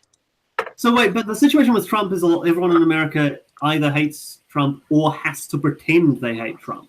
Well, and that's the same thing here. Think of it sort of wait, hold up. So everyone in Canada pretend they hate Trudeau, but not actually, so everyone secretly likes him? No, everybody either hates him or pretends to hate him. Well, So a lot of people pretend to hate Trudeau even though they like him. okay. I would assume it's a very similar situation. It's the other side of the coin. Here in Canada, we've got a very, very small conservative voice. Over there, we have you have a very, very small liberal voice. Yet they seem to be the loudest. Well, I was going to say, in the case of our deferring elections, when Trump was running for office, the media hated him. Everyone was shitting on Trump at left, right, and center. And but here, everyone for Trudeau was just loving him. The media would say nothing but great things, and then his ads would show up fucking very good things about Trudeau. Yeah, I mean, the media would talk about like Trudeau all the time. You couldn't hear. It was sort of like it was very similar in that the media wouldn't stop talking about Trudeau, but just because they loved him. But the media in America wouldn't stop talking about Trump. That's only because they hated him. And it's like I don't know. It's similar but different. I mean, with there's also the fact that with Trudeau, it would be really hard to argue otherwise. He won based on one platform. Pot. Yeah. The new generation of voters. Well, didn't we're Trump all win really based on one platform also? Wait, what? What did Trump win on? Immigration. Immigration? No, Trump did not win on immigration. Trump won on his fantastic, and I absolutely do mean this. He had one of the best grassroots campaigns. He had the best haircuts. Yeah, he had the best. but why? He had one of the best grassroots campaigns of all time because he knew because he's just a bro. He's just the way he is. He's if one you of look those at opinion guys. polls, that's his most popular stance. Like pretty much every American agrees with Trump almost to the letter on his immigration policy. Yeah, I mean, yeah, the immigration. I'm not saying that immigration's not a big part of it, but immigration alone was not the thing that won him the election. I can name at least. Actually, no, I agree. It wasn't one. I can name several other senators and several other people who are running in the primary that had the same exact ideas as him. But did they say it as loudly as Trump? Yeah, they did. I don't think people watched it as hard, but Trump came out and made a speech as soon as, and I'm sure we all have seen it. The speech that he made whenever he declared was one of the best ever given by any candidate ever. He comes out, he says exactly what he needs to. He states every single thing that Americans are feeling because everybody knows how Americans are feeling about not only immigration, but also about losing our, basis of our economy, for manufacturing. We lost thousands of jobs due to the collapse of the stock market during 2008. We lost thousands of jobs during the Obama administration because he was an awful president. He comes out and he's like, fuck Obama, fuck immigrants, or not fuck immigrants, but fuck the immigration policy, fuck the illegal immigrants, fuck this, that, and the other, fuck anything that's making you guys lose your jobs. I'm going to help you out. So how about it? And people were like, that's pretty good. And actually, I want to retract my thing about he won just on immigration because when I think about it, I mean, this was a while back now, but I predicted Trump was going to win as pretty early on in the primaries. My prediction was if Bernie runs against Trump, Bernie will win. If Hillary runs against Trump, Trump will win. And I held that through the primaries and through the entire election, actually, because of a speech that Hillary Clinton gave where she said that we're going to put all the coal miners out of business. Yeah, that's lost now. Okay, cool. That's precisely the reason why Pennsylvania, which was such a toss-up state during this entire election cycle, voted for Trump because I think that people don't know about this. But Pennsylvania is a huge coal mining place, and they have been losing jobs. It's just like my state, Kentucky. We have huge investment in coal mining because that's really one of the only things that we can do here because our people aren't super smart usually. But they know how to mine some fucking coal, and we have the ability to mine coal. So what we do, you see that. I think it's not only the coal mining though, because when she says that though, when you say like I'm going to put this giant American industry responsible for so many American jobs out of business with government regulations, like nobody is happy with that. Even if your job is not in coal mining, you're like, holy fuck, she does not give a shit about my job, and Trump does. All of the moral reasons for voting for anyone aside, whether I agree with Trump or not, I'm not going to become unemployed. Trump, please. And I think if you look at the election map and you zoom right in on it, you'll just see that it's really simple. The small towns where people have blue-collar jobs voted for Trump. The big cities where people have white-collar jobs voted for Hillary. Yeah, and I think that's true. I think the places that aren't as affected, I think the further you get away from the coal mining areas, I think that kind of dissipates. Because if you look like somewhere like there are strongholds for certain people, like there are certain counties where they have blue collar jobs, but they have been Democratic strongholds for forever. Virginia is a good example. Virginia has a lot of states, or a lot of counties rather, inside of the state that are places where blue collar jobs exist, but they've been Democratic strongholds for so long that people keep getting raised there. It's the same thing with my county. There are so many Republicans, and the Democrats keep trying to pump in more Democrats, which is hilarious to me. They're never going to win the state. They're never going to win the county because no matter how hard you try, we're just going to breed more of the politics. We're going to breed more Republicans, or we're going to breed more Democrats if you're in a Democratic area. That's a big thing. I don't think a lot of people, it's not a lot of counties, but the counties that it is prevalent in are places like the South, because the South is a Republican stronghold. Places like Virginia, places like New York, places like California. And here's the thing. People keep talking about New California a lot. I don't think anyone realizes this. If New California were to secede from California and just become its own state, they would be one of the, in at least 10 years, they would be one of the poorest countries, or poorest states in the country.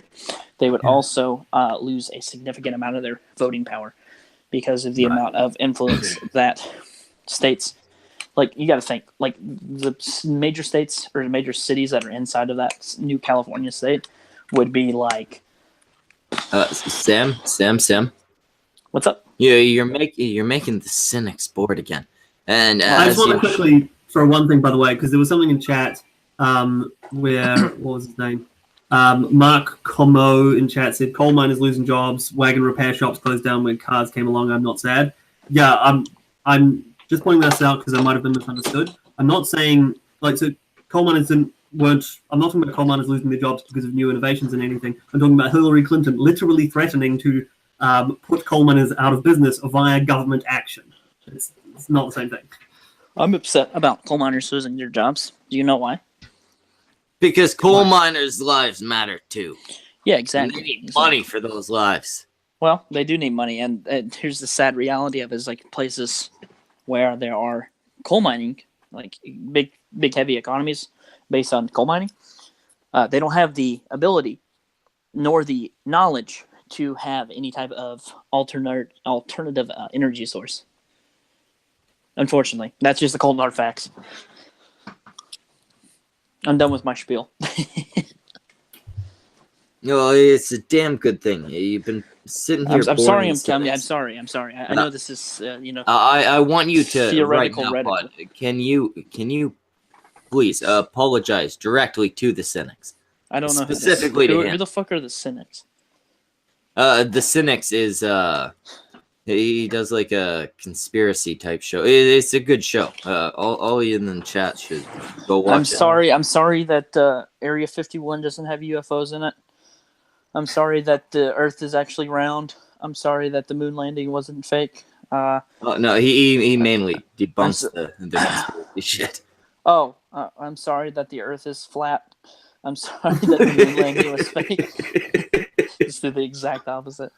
I'm sorry for boring you. I didn't know I was boring you. I'm sorry. I just like getting into conversations about stuff. Maybe one of these days we'll have. I think that's the dynamic you've got though. That seems to be this Abbott and Costello bit that they've got their Politipod says a whole lot of political stuff, and then Schmeckel says he's boring.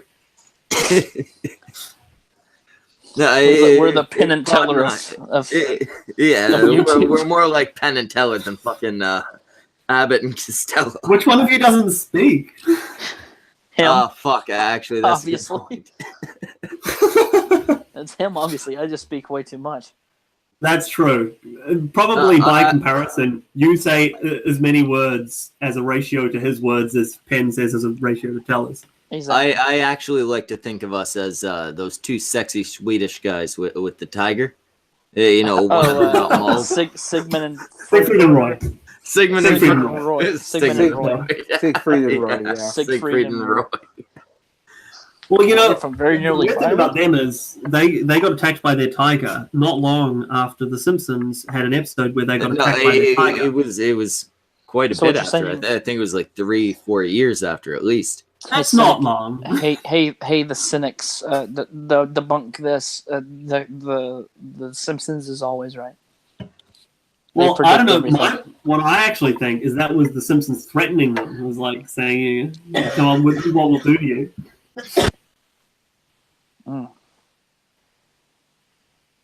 Yeah, that was The Simpsons saying, "Hey, just so you guys know, your tiger can be made more violent."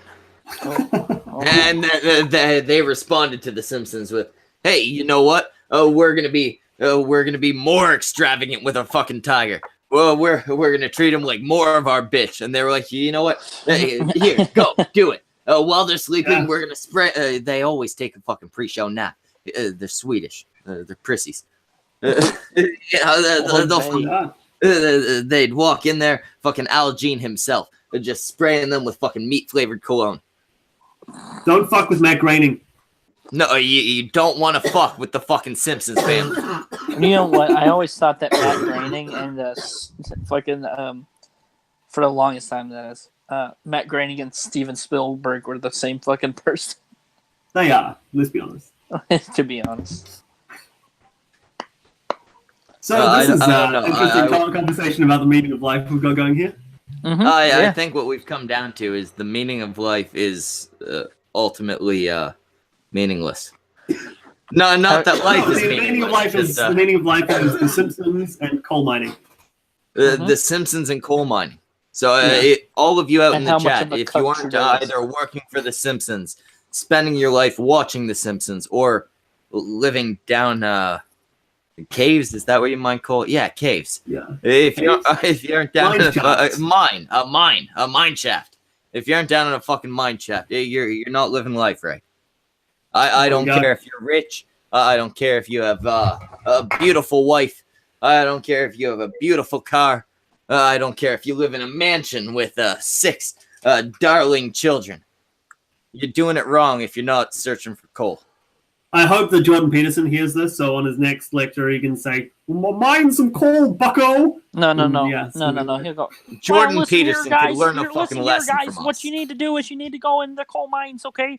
You go into the coal mines. You need to mine that coal real good, because otherwise, you're never gonna learn how to make your bed, okay? Oh, wait. A very, very important question in the chat. Annie Jaskalainen would like to know. Jaskalainen would like to know. Samaj said, "Can I send you boob pics?" Yes, and it is at _SamajZ_ on Twitter. Always send him titty. Yeah, on Twitter. Anybody who wants to send him titty pics, Samaj could use them. He's seen all the porn out there. Every video, every image, he's seen it. He needs those original fucking nudes. Somehow, holy shit. Samaj has seen fucking pictures I got from ex-girlfriends. They weren't even on the internet, and he can describe them visually just from his memory. It's ridiculous. If your mother has ever taken a nude picture, and knowing your dad, she probably has, Samaj has seen it. Jesus Christ. Well done, Samaj. Samaj, you fucking degenerate. Well, I mean, it's been 8 years. He's jacking it right now.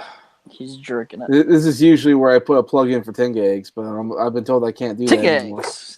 No, nobody give a plug to fucking Tenga eggs. They can get a fucking plug when they give us some fucking money. Until then, fuck them. So what you're saying is that they can go fuck themselves. Yeah, exactly. Tenga eggs, go fuck yourselves. I can't even. I can't. The funny thing is about going on and seeing various different porns and stuff. Just the other day, I actually did find my ex-girlfriend, and she was on there. I'm not joking either. Wait. You have an ex-girlfriend who's in porn. Amateur stuff on. They just posted on. Mature. How old is she? She's younger than me, and it was on Tumblr. Tumblr of all places. Okay, you mean mature as in 18 plus? I thought you meant mature like old ladies. No, I didn't even. He's a 70-year-old. I didn't even say mature. You're the one who put your mind. No, in you that, said Prince. mature. Yeah, Did you definitely said mature. I definitely heard the word mature. All right. I obviously misspoke then. No. All my girlfriends have been younger than me. How much younger, Samaj? Yeah, give or take a couple years. Yeah, Amos. No, fuck you. We're not talking about Amos. Amos Yee. Amos Yee has got nothing to do with this. Also, who the fuck has heard of Amos in like forever? What happened to that guy? But wait, Samaj. I want to go Shout out back. by everyone who liked him, basically. I want to go back to Samaj's ex being in porn.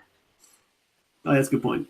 Look, it's not being in porn if you take your cell phone and record yourself masturbating and playing on Tumblr. She's okay. She's just some some Tumblr slut. Look, after a while, with all the big expensive porn that gets produced, that gets boring after a while. So I'm stuck doing amateur. And the best place for amateur porn is Tumblr. Oh yeah, I was just thinking you were with a porn star or something. I was thinking before Samaj had his decade without sex, he used to fuck porn stars.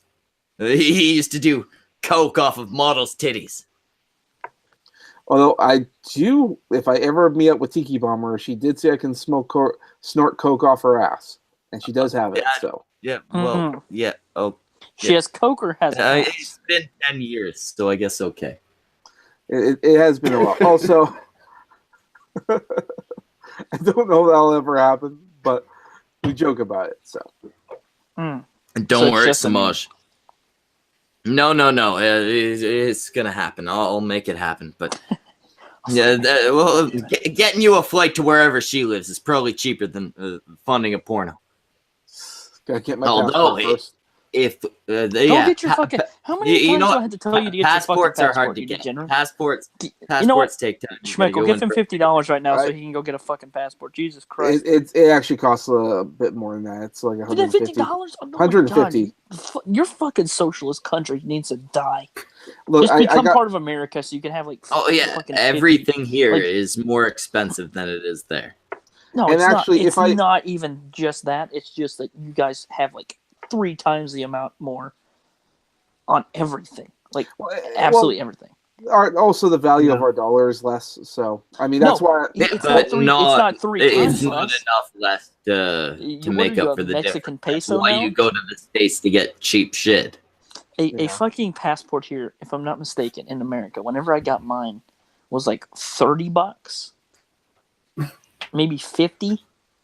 You say that you had to pay $150. That's like that's like 120. They gotta do something to fund this. Here, one second. You had a passport recently, right? No. Never mind. I actually I haven't paid for it yet. I don't have the money to pay for it yet. We'll hopefully get that soon. But yeah, I gotta get to it. And also, you need like a cosigner and all that other kind of stuff. I have to go back and get a new form because I used a Sharpie and that shit bled right through the paper. That's where I'm supposed to get like emergency contact info. Maybe you shouldn't put a fucking Sharpie on official documentation. Maybe when you're signing documents, you use a pen, Samaj. I just use my Sharpies whenever I'm inking pictures and stuff for commissions. It's all I ever carry with me. Well, that and the microns, but microns are like $4 a pen. Oy vey. How do you not have a pen at hand to sign documents? It's all right. 2 cents for a fucking pen. All right. Here's the thing. I go to a lot of conventions. I do a lot of commissions, and so I buy a lot of artist pens. And when they start dying out, I just think, okay, cool. I'll just put that in my pocket. And I'll use it when I'm walking around. All right, they're fucking expensive. Those are usually the only pens I have. So, See, I'd like anybody in the chat to please keep note of this. Up until this point, it's been a year and a little bit. Samaj's whole thing, the main thing we've made fun of him for, has been the fact that he hasn't had sex in almost a decade. Actually, I'm not sure we're not past a decade at this point, but that's beside the point. Now, I think it's very clear that we should be mocking him for the fact that he decided to sign official documents with a fucking Sharpie. I want to die just because you said that. I'm okay with this. Oh my god. My Jesus fucking head. Christ, Samaj. Part of me hopes you one day are called, you receive a summons to court. And you go in there, and you gotta sign the papers. You're about to be let off scot-free.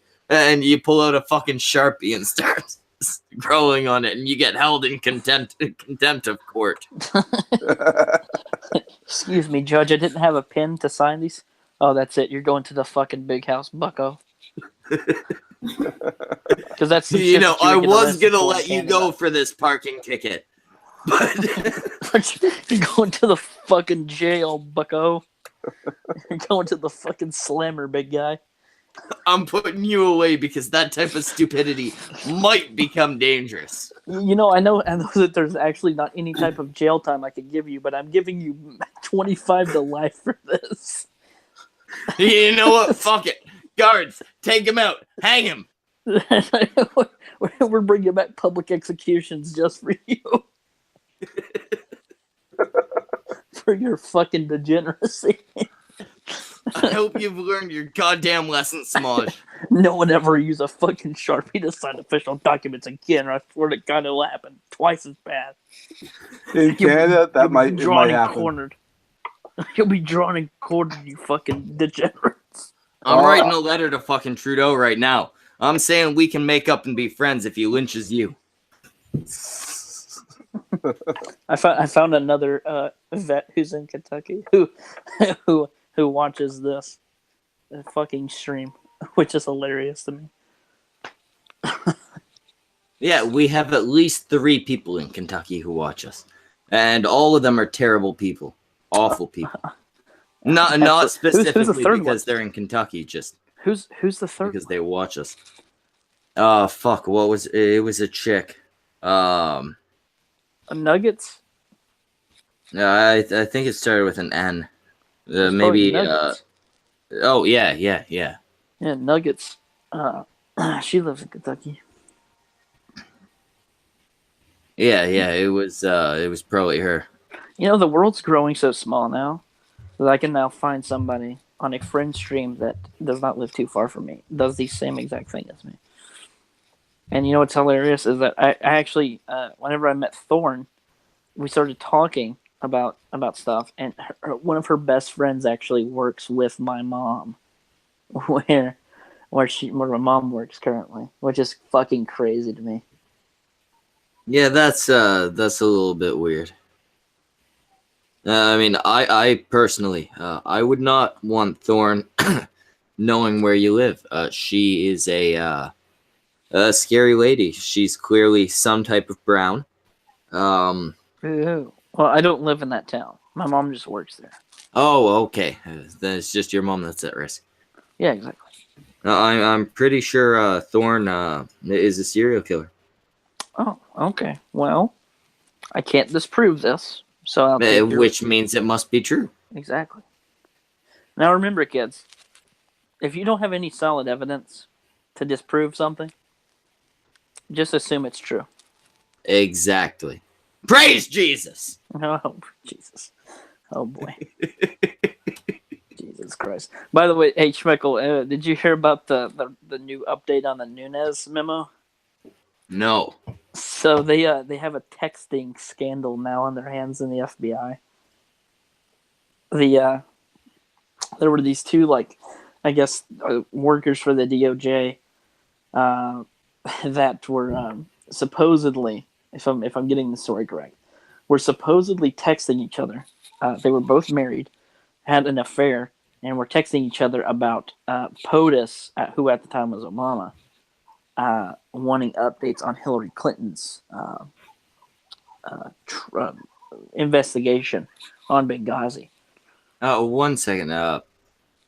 As interesting as that is, we do have Opal in the chat saying she's shaving her legs right now.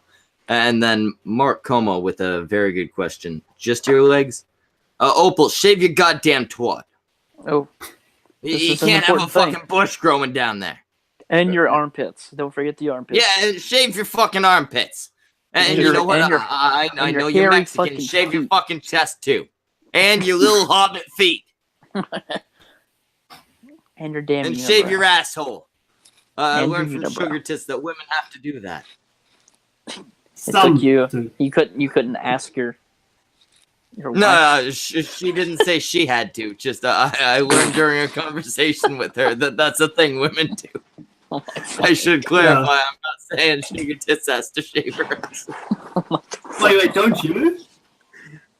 No. Do I shave my asshole? No, I don't shave my asshole. I got a hemorrhoid the size of fucking Jupiter. If I get a razor down there, I'm gonna fucking die. Oh my fucking god! How the fuck did you get that? How the fuck did you get that? This is your stream about more serious things, is it? The meaning of life. I'm looking forward to this stream more than I am Cut News Network now. Yeah, the meaning of life. Careful with hemorrhoids.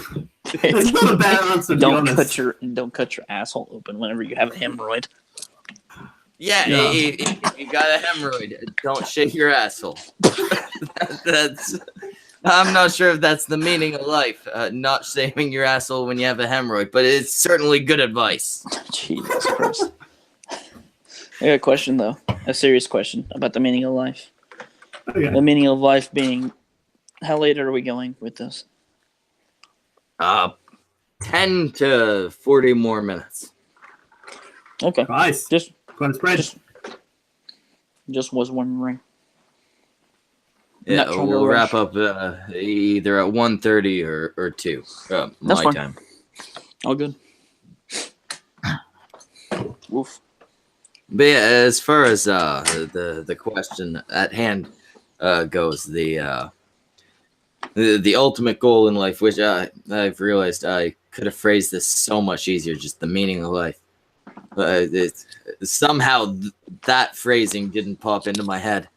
Yeah, no, I don't want to be a stickler on your title, but one, what is the ultimate goal in life? What is the meaning of life? Is normally saying that. But two, you missed out the O in anarcho capitalism. Just letting you know, dude. Oh, did I? Capitalism. Anarch. Well, I mean, arch is like the What Greek type of archos ruler, so Is it anarch a capitalism would be flying buttress? capitalism with a supreme ruler, it sounds like. Well, I don't know about the meaning of life, but I did get some boobs in my DMs, so I have more of a reason for There life, we to go. keep life. The Maj has got the fucking meaning of life. Well, I have a reason to keep Right, going. right in his DMs. Samaj, are you gonna kill yourself tonight? Definitely not. I'll be too tired from my wrist activities. From furiously masturbating. You guys saved a lot. Well, I mean, he wasn't gonna do it anyway, but for all you know, you saved a goddamn life tonight. You sent tits and he didn't kill himself. For all you know, you played a very big part in that. Maybe that's the meaning of life. Pleasing people by sending them titty pics. By the way, it's at Schmeckle TV, at _SmajZ, at Danny Duchamp, and at the other guy. At the other guy, yeah. Oh my fucking god. Hey, other guy. Hey, I'm here. Now, we have a message from the Beard Barian saying, God damn it, Schmeckle, go to bed. But then he put a question mark, so I'm confused. Go to bed? Question Go to mark? bed? Go to bed? Yeah, hey, Schmeckle, go to bed? I'm not sure if he's giving me advice, if he's trying to parent me, but as like, the kind of, when you're 15, 16, your mom doesn't really know how to handle you, so she kind of comes up all timid, and it's like, hey, go to bed? Yeah. You're not going to the party? Oh, yeah. You're gonna- I'm not sure what Beardy's trying to do here. Don't take quite so much heroin. Maybe You're under arrest? calm down on the bong a bit. You're Don't tell me what under to do, arrest? Mom. Oh my god, fascist! See, now we got Psycho in my the reefer. now we got Why? Psycho in the chat, and he says, "Schmeckle, go watch porn." No question mark. See, I can understand that. And you know, after I'm done this, the missus is fucking passed out. After I'm done this, there will be porn involved. Honestly, isn't the stream porn enough? I mean, I've been jacking off the whole time, but I need a nice. I need the money shot, and none of you are providing that. Well, I always get asked this question. Sir Amantine, no, I do not jerk off to my own drawings. That'd be a Wait. bit weird. Why not? That's weird. It's like, It's a weird just thing. can't. But you can Like draw jerking exactly off what you your want. Yeah, I could. I'm not gonna do it. You realize Why? that That seems like you can have like porn I just that is told so incredibly specific. Yeah, no. Danny Duchamp. Yes. I need you to Yes. understand. A drawing is like a Okay. child. Do you jack Ah. off your own children? Exactly. There you go. That's I exactly don't have the reason children. why. I mean, I probably wouldn't anyway. I know. I've Probably. never tried it because I don't have children. Yeah, I know. Fucking degenerate he is. All right, I'll be right back. Samaj, invite Beardy. Also, Danny's in charge. Yes.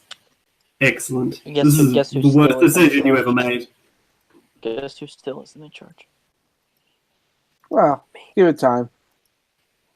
It'll happen. Whether you want it to happen, that's the real question. I've been in charge so many times. I gotta tell you, I wish you'd never put me in charge.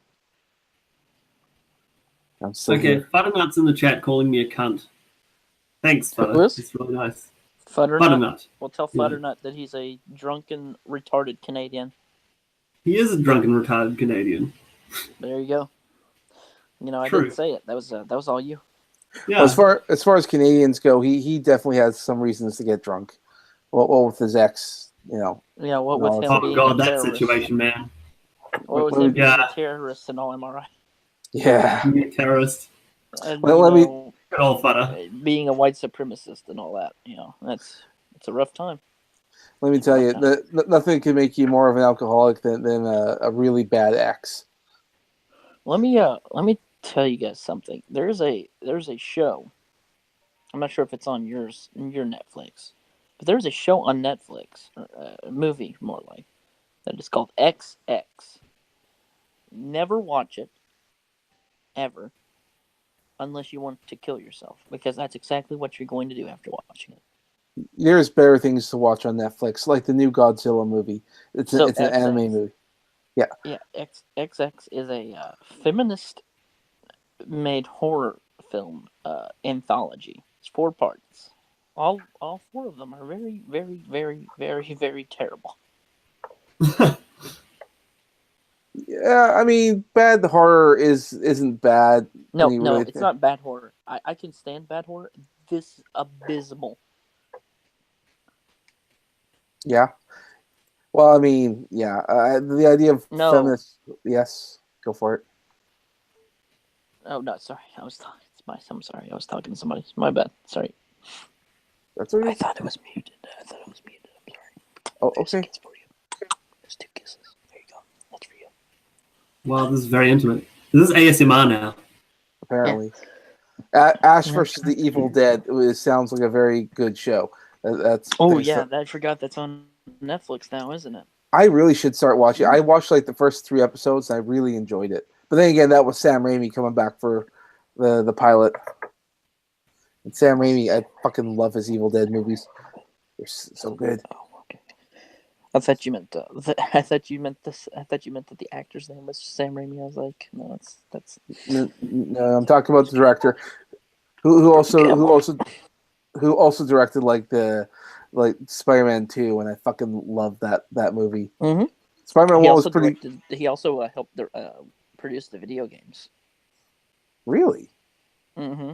And Bruce Campbell was also the narrator for both of those video games, 1 and 2, and 3, I think. Oh, that's pretty cool.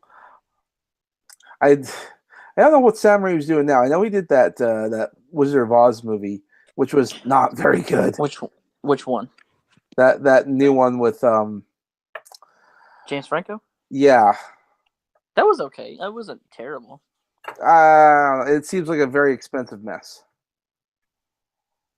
Let's see. And he has Frozen Binary. Um, I gotta say, nice.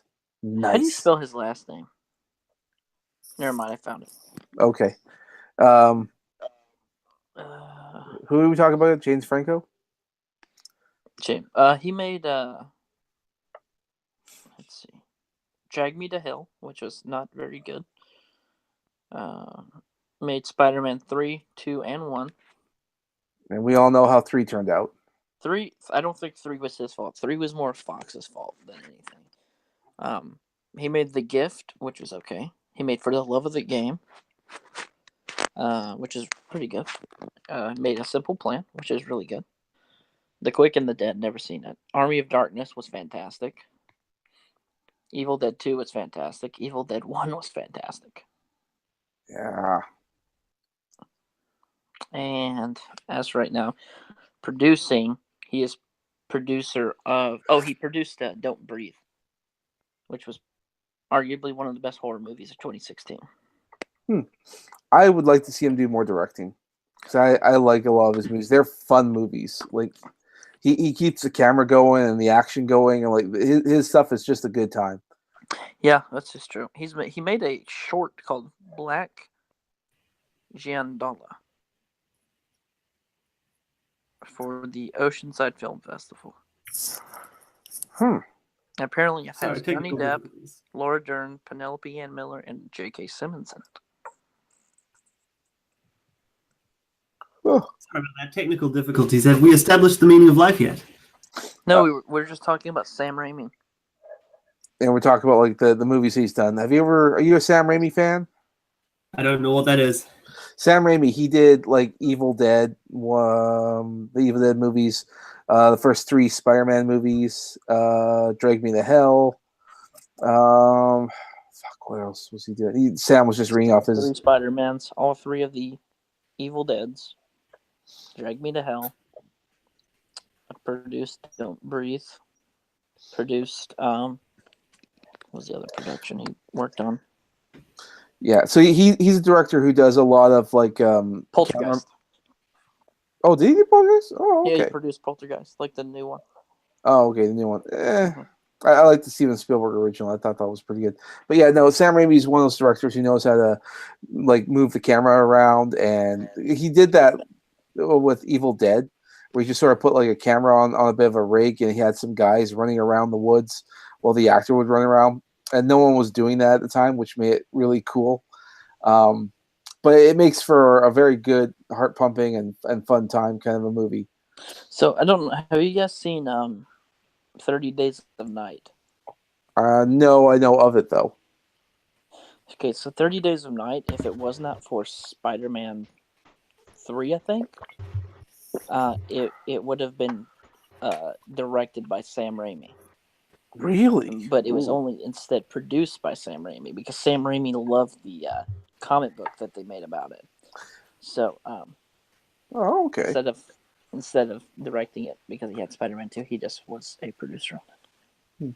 So, Danny, are you do you watch movies? I assume you do. Do you have a preference? I don't actually watch an enormous amount of movies. I don't think I've seen any of the movies you mentioned. Okay, well, what about movies in general? Are you like what kind of stuff do you like to watch with your entertainment? I don't watch a lot of movies, dude. I'm the wrong person to come on to a stream about movies. I don't really watch much. No, that's perfectly fine. I just thought So I'd we're ask. asking though, like, what do you watch, big guy? I mean, the last movie I watched was some weeb shit. I watched Your Name, the anime movie. Oh my god, really? I haven't seen it yet. I'm hearing good things about it. It was actually really good. I don't know how I feel about J.J. Abrams directing a movie about it, but Okay. With J.J. Abrams? I just realized something. Speaking of J.J. Abrams directed movies, did you guys watch the new? I know you probably. No, I'm sorry. I want to pause here. Sorry, is J.J. Abrams going to direct a remake of Your Name? Yeah, a live action version of Your Name. No, no, no, none of that. That was a really good movie. Damn it! The fuck is Your Name? I'm not familiar with that. It's an anime movie. It's apparently like the most popular anime movie out right now. It's really blowing people's minds. And according to Danny, the idea of a live action movie done by J.J. Abrams is really freaking them out. Anime remakes are always fucking garbage. Well, see, I might watch it if it's not anime form. Oh no! Well, don't, because it'll be garbage. Like, anyone seen like the Dragon Ball movie? I did see that. I made the mistake of going to see that. Not only that, have you? I did love Dragon Ball. Have you seen the live action remake of Death Note? I haven't seen it, but I've seen like It's bits awful. and pieces Don't of do it, and it Just looks don't do it to yourself. appalling. What I was saying was, did anyone here watch the new Ghost in the Cloverfield Shell movie? Oh No, Cloverfield movie. no. Cloverfield. It No. came out the other night on the Super Bowl. It was Cloverfield Paradox. It basically tells the story as to why there are giant monsters in the original Cloverfield. At least that's how I interpret it. It's a very interesting movie, and it's directed by J.J. Abrams again. So. Oh, and at Cuntstream, check your DMs. Yeah, I from saw chat. that as well. Oh, are you talking about Futter? Oh yeah, Probably. Yes. Yeah, Futter. You know what? I told him to wait a couple minutes. Go ahead, join up. Oh, we won't be going for a whole lot longer, but maybe 25 minutes. But feel free to jump in. You want me to send them the link, or did you already do that? I already did. Oh, okay. Yeah, I was good. I know we probably shouldn't be talking anime for too much, but I did want to make a few comments. Death Note, yeah, that movie was fucking terrible. But they should have done a whole movie about Ryuk because Willem Dafoe, what's his name? Was it Willem Dafoe? Yeah, he seems like Willem Dafoe. He fucking killed that role. I'm like, just give that guy a whole movie. It would have been fine. I think he played it well, but I actually think that from what I saw, his scripting wasn't right. Like it didn't seem like Ryuk to me. Yeah. He was too. It wasn't like sort of detached enough. I think they were going for something different, and it worked well enough. But yeah, I have lots of things to say about that movie. Maybe we'll save it for a nerd stream. I did also want to say that new Godzilla movie Part 1 is out on Netflix. Everyone should watch it. It's fucking great. It's way better than I thought it was going to be. I'd also like to thank Fada for being another face fag. Like I've been the only one this entire time with a beautiful mug for people to look at.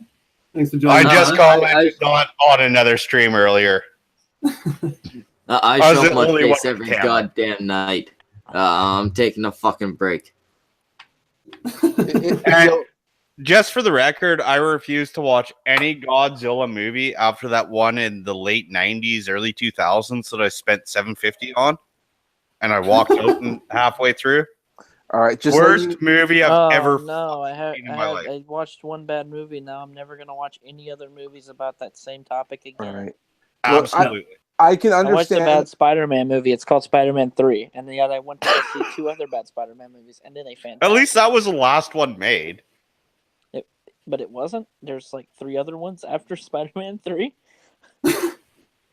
What? I don't know if you know this, but they made 2 other movies called The Amazing Spider-Man 1, The Amazing Spider-Man 2, and Spider-Man Homecoming, which are all out on video now. If you want to go watch them, also go to your local DVD store. Go to your local VHS store.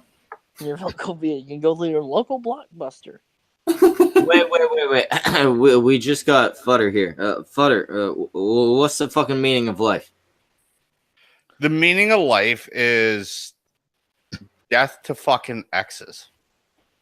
He's gonna be a meme. See, he's bitter because of his custody case. Oh the no, meaning it's of not life. custody no more. But I'm still court ordered not to. Futter, talk about it. if you don't stop being a terrorist. The meaning of life is to be better. Yeah, apparently I'm a drug addict terrorist. That's You true. you are starting to grow a little bit As of a well terrorist. as a white supremacist. I know, right? Like, that you know, just Hey, I say think Allah I'm Akbar. fucking Just beer. say Allah Akbar. I want to see if we get the right vibe. You're perfectly I'll okay turn to some grow. lights on. Father, you're perfectly okay to grow the beard. Just don't shave off the mustache. Fuck that. Okay. All right, let's see how this goes. Is he going to shave Yeah. off the mustache? What's he doing? No, he's No, gonna. I He's was gonna turning give on us some fucking light. lights so you guys can actually see a beard. Yeah. Say Allahu Akbar. Just say it. No. Okay. No, You're no. thinking that'll ruin your There's face. actually reasons. That phrase will not be in my vocabulary for a little bit. Okay. Which phrase is that? Something about a snack bar. No, wait. Snack bar? Futter. Just out of curiosity, I missed it. What was it you're not going to be saying? That the Cunt Stream's the best show on the internet. Oh well, you got to be saying that, man. I want you saying that all over the place. Mhm. I want you to say that in court. No, my saving grace was the investigating officer already knew the content. What? Well, for a large part of it was the Cunt Stream. Wow. So what you're saying is the cunt stream ruined your life. The cunt stream cost him his children. No, the Cunt Stream he was already aware of. And everybody's telling me it was a bad thing, but he's like, for such a small channel, you seem to stream with pretty big people. What's up with that? Like, I don't know. I don't know why either one of us get the guess that we could. Well, no, the person that I know accused me of exactly being a why I terrorist. get the goddamn guess that I do. The person that accused me of being a terrorist also indicated other larger YouTubers that are a lot more recognized and asked to be kept out of it. Yes, very kept out of it. Yes. Also insinuated that they were also terrorists, and we are all, including the Cunt Stream, perpetuating terrorism in Canada. Well, I am looking to eventually blow something up, but it will be done in a legal fashion. It'll be very controlled, and I will be videotaping it. I would like to I have Listen, no I'm wish not- to I'm not blow asking- anything up illegally. Is this I'm not- this why we don't have running guns on the show anymore? He's a I'm not security saying- threat. He's gonna get us put in prison. Listen, I'm not saying that Canada should be blown up. I'm just saying it should be annexed by America very soon. Because maybe, just maybe, they might have a chance at having some type of freedom. Yeah, No, I wouldn't even have an issue with I that. had a If fucking you lady do try to tell annex me- Canada, can you only annex Western Canada and free us from the rest of the... Yes, we certainly can. We certainly can. We have the tools to do it. Okay, How about- we leave from- Toronto and Quebec From and Saskatchewan whatever those to the left. easterner provinces are. No, you gotta carve out Ontario. No. You have... No, just Saskatchewan to No. the west. Hey, we can move. leave Toronto alone. We'll dig that. We'll dig to the point that they're an island. How No, the we can bloody just hell dig did out I? your plot of land and just pick it up on helicopters and move it to Calgary. I think it'd be easier under Sam's plan here, where it's just Saskatchewan West. No. Saskatchewan is a useless province. Yeah, No, they got exactly, oil. which means it's Oh, perfect. that's true. fucking They do that. Socialists to go live on. You know, Then, I mean, if you keep going west, you get BC. yeah. I mean, if you want Canada's criminals, take BC. BC can just be like the United States' second California. A much colder version of the original. Hmm. Yeah, I mean, I guess you get BC as your California, Alberta as your Texas. You can have Quebec if you want. No. No. thank you. I don't like for free. If you No. if you guys, I don't like I frogs. didn't say this, but Trump, if you're listening, every person in Quebec said that you're a piece of shit who's too much of a pussy to go and get rid of them all. Actually, they said you're a little bitch. You wouldn't do it. Hey, well, Actually, to the other Canadians in the stream, this might be a better idea. Rather than us getting annexed by the United States, can we just get Quebec annexed by the United States? Can we do a trade? Like, can we give Quebec to America, and can we take Alaska? I would No. like to have Alaska. No, you Yeah, can't. I mean, we'll take fucking Alaska, Maine, Sure, I'll any of I'll the tell you who you useless can. states. We will trade you. We will trade you New England for Alberta. No. No, Alberta has some value. We will trade Yeah. you Quebec for Michigan. You realize I just told you the entirety of New England, which is one of our highest grossing economies. And never mind. I'll take. Let's see. You said what? Quebec for Michigan? Yeah. No. I'll give you. I'll give you a fucking Quebec for Secaucus, New Jersey. Secaucus, New Jersey. What's wrong with Population Secaucus? of something like 10,000. Yeah. So yeah, Secaucus? I'll give you. Is it Secaucus? Yeah, it's Secaucus. Different people do say it different ways. It's not a big deal. I'll give you fucking Quebec for that little tiny town. Listen, you're giving me shit places. I need something worth something. Okay, I'm giving you. Okay, we will know- trade Quebec for Northern California. No. I'll give you No, Quebec for no, like a nice plot of land. Quebec It doesn't for need to be spot. that nice. It's not worth Okay. it. Though. Like I'm losing a lot. I'll I'm give you losing Quebec hardly for a anything. month's rent in the local trailer park, in Liz's trailer park. Wait, I know. I will up this ante. Still, I'm I will gaining. give you I'm gaining Quebec for a less than case of what I get. Keystone Light. It's still late. I'm still not getting anything from this. Like it's nothing. You're getting an entire province for a 2-4 hey, beer. you know what? Well, tell you what. I Take don't want Quebec. your entire province of Quebec. Give me Saskatchewan or something worth something. Look, take None of it. look. I'll take none of it. How's this? Well, Take if Quebec you, and Samaj will give you a free commission. if you look, He already does that. if you take Quebec off our hands, we'll take Detroit off yours. I like Detroit Oh. compared to Quebec. So do we. You can drink the water in Quebec. You just can't deal with the people. Let the You Canadians take in there. Quebec We'll, and we'll take Australia. No. Wait, what? That's not how this works. I can't trade you things we don't own. Okay, You could. I will trade you Puerto Rico for Saskatchewan. Mm-mm. No, Puerto Rico's worthless. No. Okay, it's not really. No, I'm sorry to all It's a of very our Puerto beautiful Rican viewers. tourist destination. You get lots of loving and caring individuals there. You only have to deal with their cripplingly high poverty rate, their extremely low wealth, and every time that there's any type of hurricane that hits, you have to pay for all of their repairs. It's a very minuscule. Wait. We got fucking Thorn Midnight in the sounds chat saying, cheaper than eat a Quebec, dick, Schmeckle. Thorn Midnight. I thought we was friends. I'm sitting here thinking we're friends. Which of the various localities that I called worthless was yours? None of them were hers. But you're trading us so shittily that the American, the American contingency just knows about it. We'll give you something else to take Quebec. Okay, what else? We will give you New Brunswick. Oh yeah, take that. No, Fuck I yeah. don't want New Brunswick. Quebec and New Brunswick, you can have both. No, thank you.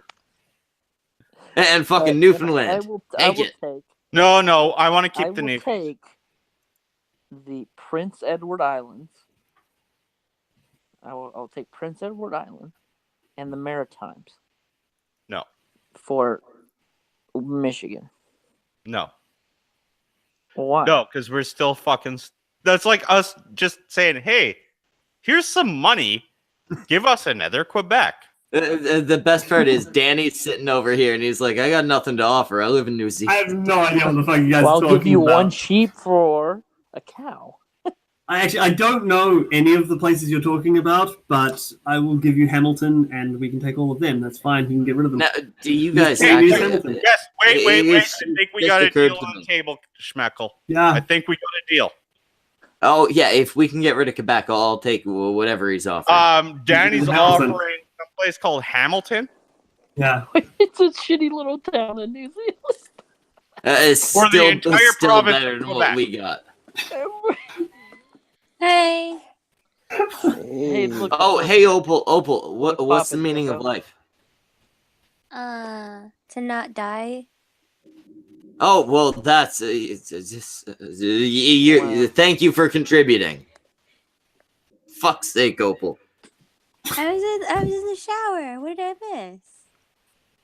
What You missed is the the meaning of life, goddamn obviously. meaning of life? Oh, what should be your ultimate goal in life? Don't die soon. That's slightly better, I guess. You brought us all in, Opal, and you asked the same as question. As an American, Opal, how bad do you think Quebec is? I don't ever want to go to Quebec. Can you say that again? Quebec. You don't want to go to what? Quebec. Quebec? Quebec. Quebec? You mean Quebec? Black. There you go. Quebec. Quebec. Not Quebec. Quebec. Quebec. Not Quebec. Just let her say it the way she wants to say it. It's cute. Quebec? Can I go to Quebec? Sounds like some fucking like weird ass Indian resort or something. Quebec. Oh no, we got Thorn inside. Jesus He's gonna kill fucking us. Christ, Thorn got in here. Thorn, you just said a mean thing to me in the chat. Man. You offended me. You've hurt my... You have offended my honor. I offered you Everyone's got $3 and you fucking ignored it. I don't care what you have to offer. If it will get Quebec out of our hands, I will take it. I said What you got in your pocket right now? Centralia, Pennsylvania, Flint, Michigan, and Gary, Indiana. What are we gonna do with all that? We're going to get all of that for Quebec? Yeah. And you also have to. Quebec. You also God, have to pay- We You gotta also take have to they're pay. way over God. paying. Hang on. I mean, Hang on, technically, as an added- Centralia is not actually a town anymore. It doesn't have a zip code because there's a mine fire under it, but still. As an Quebec. added bonus. to Hey, this, I am sounds fine. we better actually than get Frenchies. something. Even better, Hang on. we can put all the displaced Quebecois As a in the place that's on fire.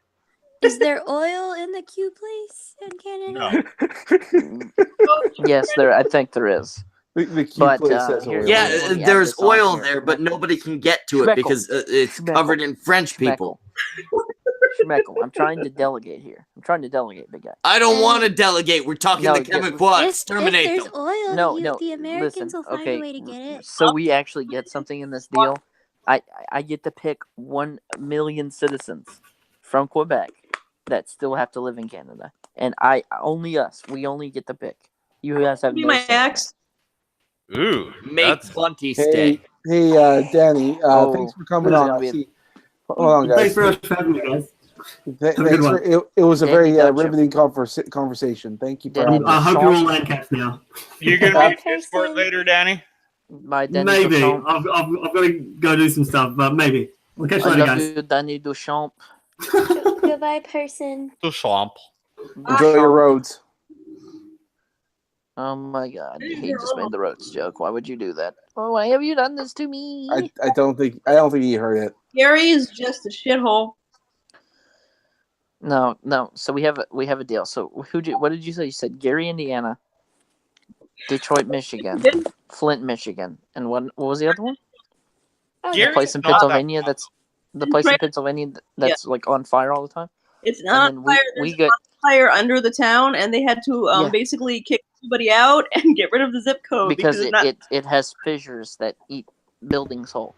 But Yeah, we there's get a fucking Quebec, mine and we get to pick been a on million fire people for to stay years. in Canada from Quebec. Centralia is the city that Silent Hill is based on. Yeah, that's correct. That is a correct statement. Honestly, I'm actually curious to see this place now. Yeah. Yeah, it's Kind an interesting little. So what they did is like they threw in trash underneath their town in like this old abandoned coal mine, not thinking about it. Then they were like, oh, it's getting full up, so we're just gonna set it on fire. And they didn't realize that coal burns a very long time if it's still in the ground. Your And, Silent Hill it- are it- extremely stupid species. Basically, it made a giant like fiery Sinkhole. hellhole underneath the city, and every couple of days, I'm not sure what the time frame is, but like fissures will come out of the ground anywhere that's pressing very hard on the ground, like say it's a building, and it'll just fucking eat it. Samuel. Don't do I'm going to require Samaj's talents for a moment. We have a super chat. Mm-hmm. Okay, go ahead. $2 from Billy Senpai. I leave for a smoke, Mm-hmm. and more people show up.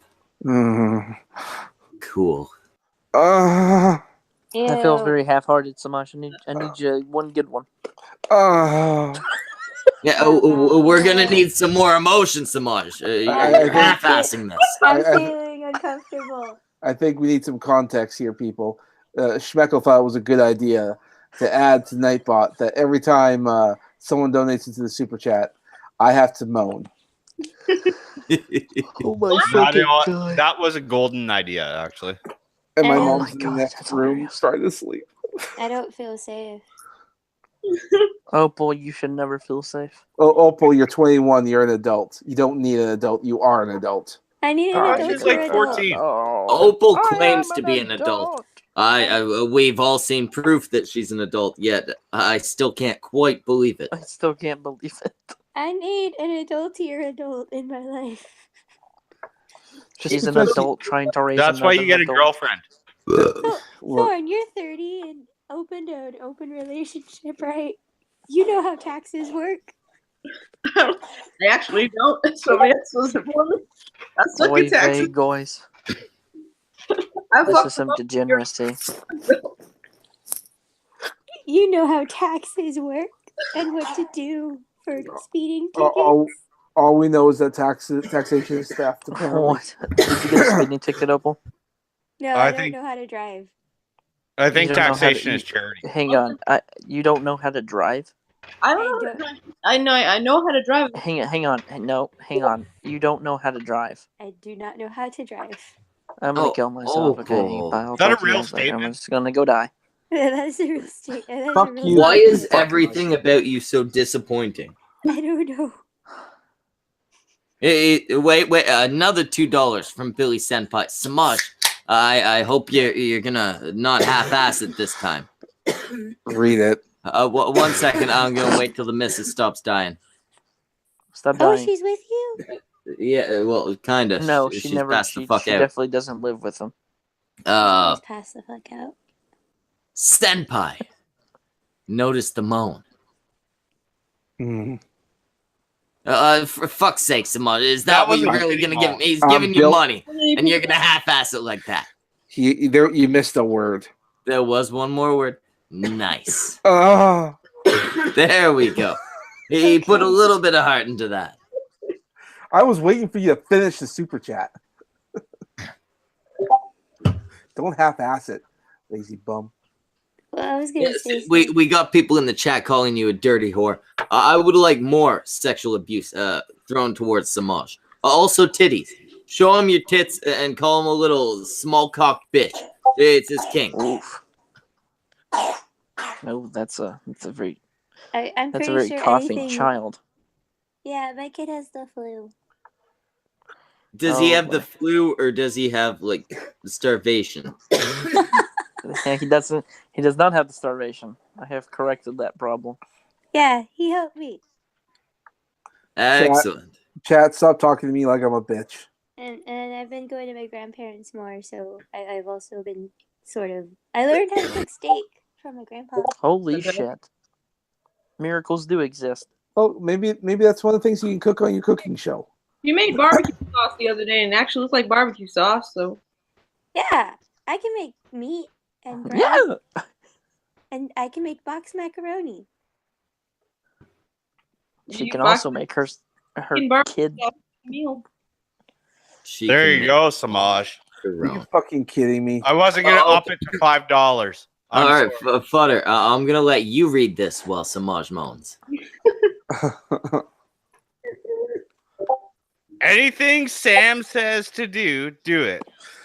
Let's grab a beer, and then I would have had to donate $5. All right, and then $5 from Mr. LM002.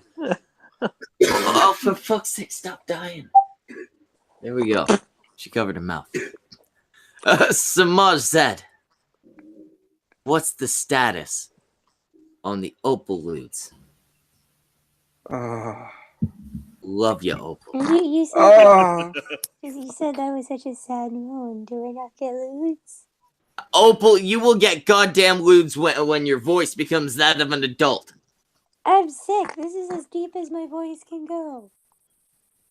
How's it going, Cog? I'm sick. This is as deep as my voice. I'm just listening to you guys. This is Hey, relaxing. look, it's cognitive thought.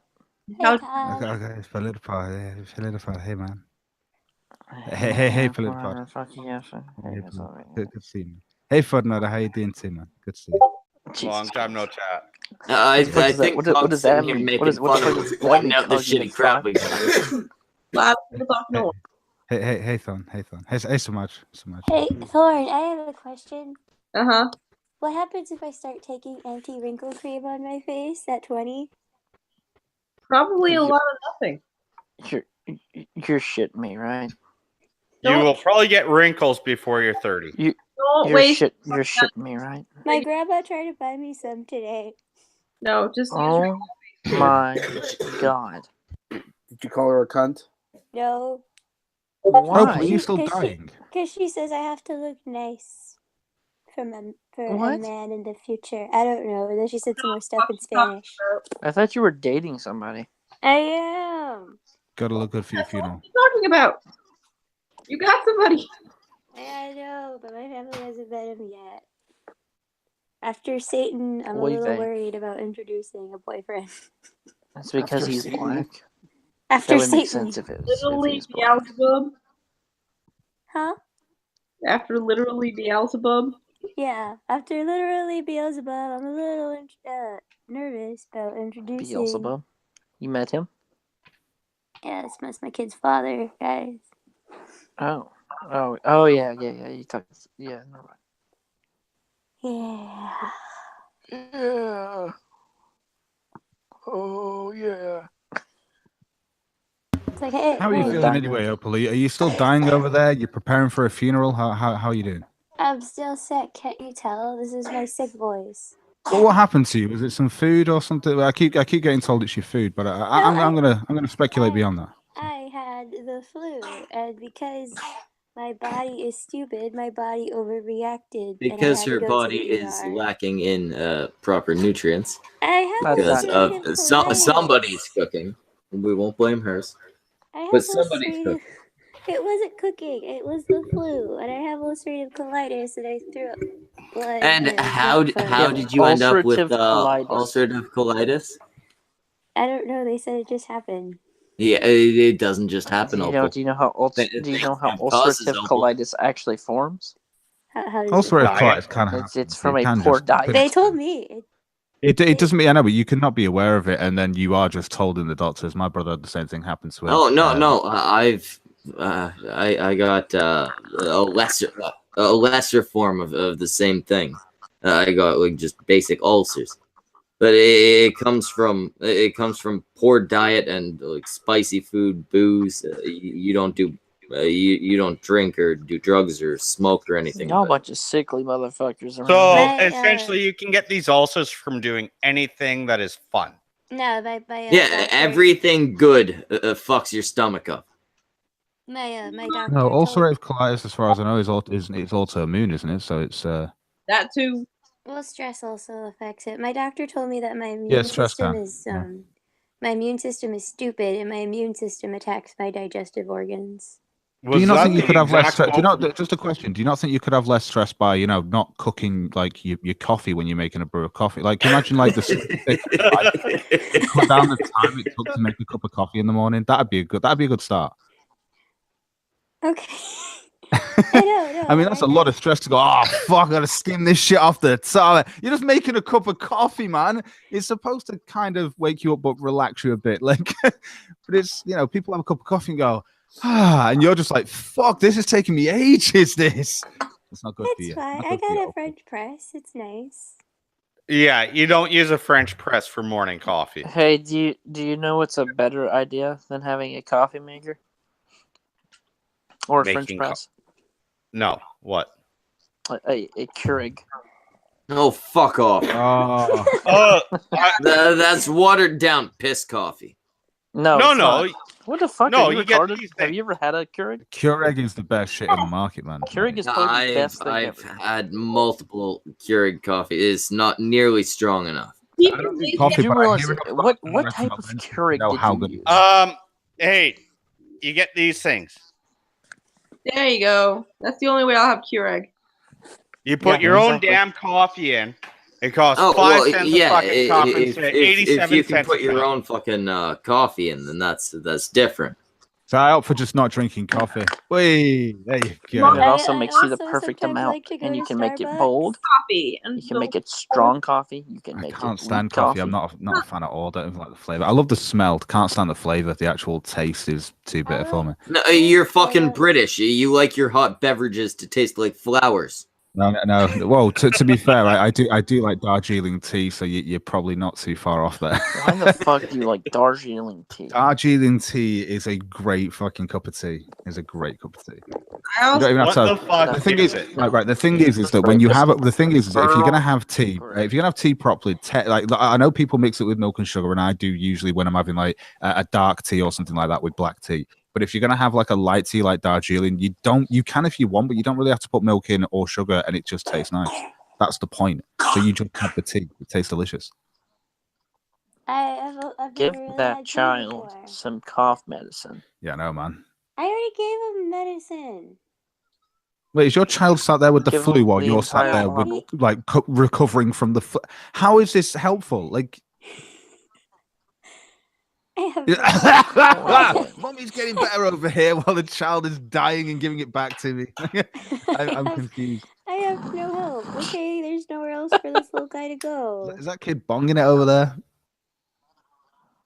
He's, Kid sounds like token he's up. smoking a bowl every 10 minutes and just goes. That's actually not the flu. It's just him token up every 5 seconds. No, not my innocent little baby. This little baby bong. I can see an image now of like Opal with a tiny baby and the baby's got a bowl. Not my sweet innocent little Jeez. baby. A little baby bottle bong. Baby baby. bong. Opal, like, and here comes the perfect. aeroplane, but it's not a spoon, it's just a bowl with a little bit of weed in it. It's a little My fucking baby. roach clip. That baby is sweet and perfect. Also, I don't even know how to do weed, so none of these analogies. I don't know I don't know how to do weed. I can't do weed. Excuse me, sir. Can you teach me how to do a weed? I've never done anything. Now, Samaj, Pot, I've just realized we forgot to ask Thorn and Cog. What's the fucking meaning of life, cunts? 42. 42? Wow. No, a non. You need to know the question before you know the answer, though. That's the thing. That's not the right question. So. But I asked a So if the specific question was, question. I what's didn't just 40 ask plus what was the 2? answer. No, I'm only joking. The meaning of life, I don't think there's. I think everyone applies their own meaning to their own lives, but I think my personal meaning for life, I think, is to procreate. So. I guess that would be the technical answer, wouldn't it be? Well, So what's the I guess point of I should procreation? clarify. What I mean is, what should be the meaning of for your life? What should be the ultimate goal? How about the ultimate right goal? Breed with white people. There you go. Oh If my you're white, god. breed with white. Okay. I'm joking. What I a meme. inject one marijuana and now I'm disabled. The chat's making fun of me. No, I had a cousin who had that happen. He injected exactly one marijuana's, and now he's crippled as shit. I don't know how So he's drugs not work. gay. Okay. He's got 3 arms, none of them work, and his 5th leg just broke the other day. The morphine in the ER. I just is saw your really cousin on bad. His 3 dicks Dude, are it's all all, dude, it's really all big, about though. it's all about the intravenous THC. Everyone knows that. Everyone knows that. If you're gonna get high, do it right. Don't be a Exactly. pussy. Put that plant right in your veins. The Cunt Stream does Oh my not actually God. advocate for putting dangerous drugs into your veins of any kind. Definitely don't put weed in there because it won't get you high. It'll just kill you because you don't put fucking plants in your fucking veins, you dumb motherfucker. Kira's correcting me If you and grind it rightly up really so, good. In the chat saying, "Cog, that's purpose, not a meaning." Okay. The meaning. Yeah, well, life. here's what I was going to ask you, Cog. Where's Why do you procreate for it? What's the purpose of procreation? To for my genes to continue on, or at least my DNA to continue on in some way, shape, What's or the form. point of that? Are What's you the point sure of your that, though? DNA should be carried on? Yeah. I Like, don't what's the know. point I of your see DNA it's being more of carried a, on? I see it as an instinctive, a natural instinctive goal. That's a personal thing, but again, like I suppose it depends because we have abstract thought now. So we have humans who are like, I'm not going to procreate. Fuck that shit. Like, so that's going to take control. I don't think there really is a meaning for life. I see everything as random. I see everything as randomized, like essentially like a roulette wheel. It may sound crazy, but I think it's to do with oh god, if you really want to go into the quantum realm of how this works and how Oy like vey. mass and stuff like that and shit and how everything it will interact with everything else around it essentially. Yeah, I just see it as random though how it actually interacts. That's the thing. Oh yeah, if we're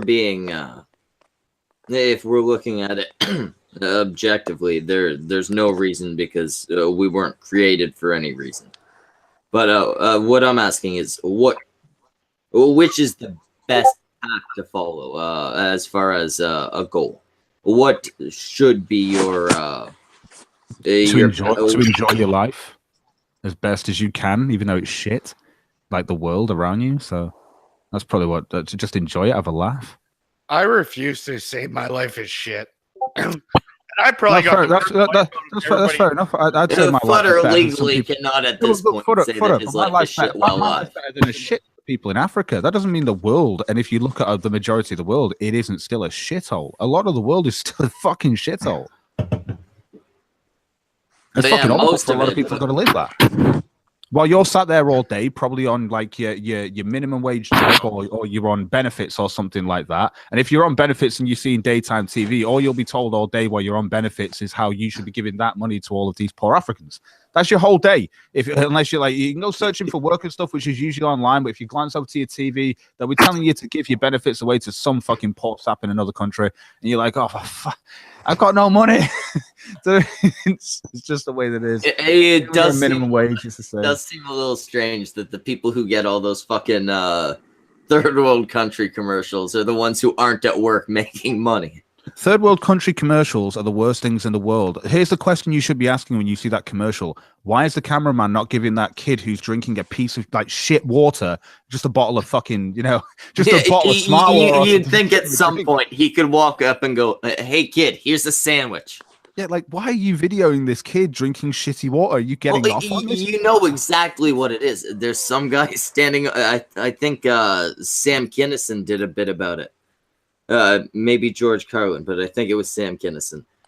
There's some fucking guy standing off to the side going, okay, don't feed him yet. He's got to look starving for a couple more minutes. Right, see this bowl of brown water. You've got to drink this, and then you get a fresh bottle of water. You got to do this though, okay? Because we need to do this in slow motion with some sad music on it, and then we need some close up of your eyes with tears in. Okay, so cry.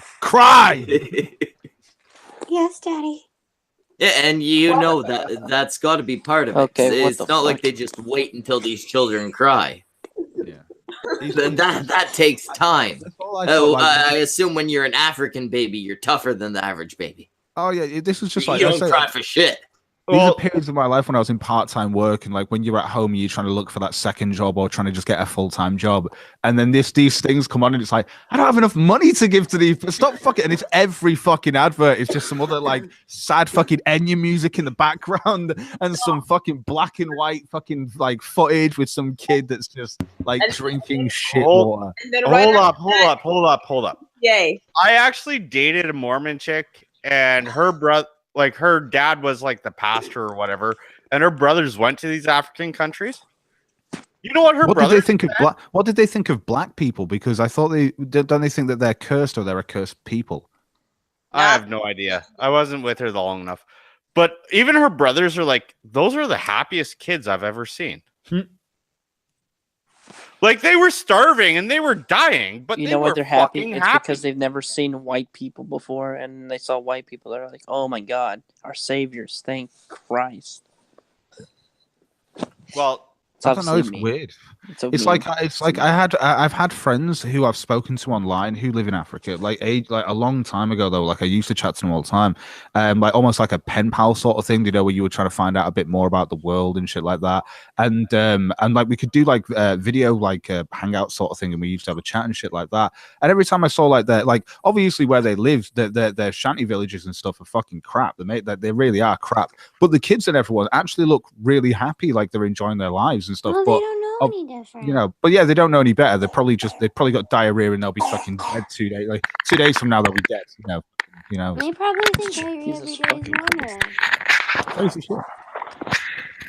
Hey Thorn. Hey Thorn. The cynics would like to point out to you, Cog. Shut up, Sam. What the fuck did I do? Okay. No, I don't know. It was Cog speaking, so I assume he's speaking Tell to Synax Cog. he can eat my cock. Well, I said something. Cynics. Apparently, Sam says you can eat us. Sam, he fucking heard you. All right, I'm back. I don't need to fucking tell him. There we go. Now we can hear you, Thorn. Fantastic. I don't know what the fuck happened. It's that Yeah, Chicago. you were silent for a while. You know what it is. So Thorn, well, what's the fucking meaning of life? To, Oh yeah. aside from surviving, basically live as best as you possibly can. Hopefully, pass on your genes and then die and rot in the ground. Oh, and then you'll Yeah. become nutrients for worms. Yes, go be worm Be food. little worms. Yeah, nothing wrong being worm food. That's how you. Even That's though worm food is like anything that's the king. I just want to say that I'm probably gonna Transference of energy. That. I'm probably gonna go to bed soon. So, Wait, before you do, wait. Chat. Wait, let me finish what I'm saying. I'm going to stay here for at least another 5 minutes. Anyone else wants to do super chat? Now's your time to do it. Now, Schmeckel, get to it. $2 from Futternutter. Will we go for beer Saturday? Samaj Zed. No. I have plans this weekend. Oh, and he just bought the first Oh, you beer. What a fucking cunt. Oh, What a sorry, cunt. I can't. That's it now. You got to sue him. You got to sue him now. That's how it works. That's how it works on YouTube. You donated. He didn't do sue. Sue that shit. I'm joking. I fucking moaned the answer, okay? I didn't do that for anyone else but you, baby. All right? Don't go. I am very uncomfortable. Opal, you're in the Opal, you're the one that's fucking you deserve to be uncomfortable. Your whole position on this fucking stream has been to make people uncomfortable. Every time we've had you on. Every single time. Well, I hope you're uncomfortable, Opal. actually, I have a question for Cog. Because Hello. something came up earlier about being worm food. Okay. And Cog goes after vegans. Cool. Now, I don't know once how I we're go all after worms. vegans. What do we eat? Why do I go after vegans still? I'm sure I've been chatting and getting along with a few of them. Go for it. What are you saying? Go on. Once we are all worms and we're vitamins to everybody else in this entire planet, Right. what do the vegans eat? Didn't you just say that the vegans would be worm food? So would they be? What would they be eating? Dog, I mean, no. Bad What? dog. Doesn't make any sense. Uh, If we're all worm food, then the vegans are also worm food, aren't they? Samaj, $2 from Billy Senpai. He just says, let's hear a moan. There we go. I am confused by that question, Fudden. I don't know what you meant by that. No. Let's drop it. Fodder, you can't just ask a goddamn question Jesus and then fucking Christ. drop it when he asks you to Well, no, expand on the my question. problem with- I think he was trying to make a joke on like the worms are eating people or something, and it just didn't. It became what? Well, I no, want him to actually, explain no, it until it's painfully unfunny. I Go. want Pringles. I was most painfully unfunny, but it actually had a point. It's the thing of like vegans are against eating meat, but if their fucking proteins and everything else come from insects, that's all good. Vegans don't eat insects. So what happens when we're all insects? Aren't alive. What? Technically, What? they're sentient. Insects are They're- the exact same thing as rocks. Many vegans would They- agree with they- you that they they're just move sentient, and stuff. is their main argument, but it's just I know what you mean. But that's how stupid it is, though. They would say that the insects need to survive by doing that, which is probably the reason why chimpanzees eat fucking like termites and shit. From their point of view, but like I say, dude, it's just. It doesn't make sense because if we're all worm food by that point, and the question is, what do the vegans eat? Well, what? They won't be eating anything, then they'll be worm food. Nah, doesn't make sense.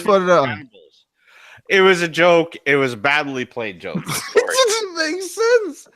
Oh, Futter, you were a lot funnier when you were on Trailer Park Boys.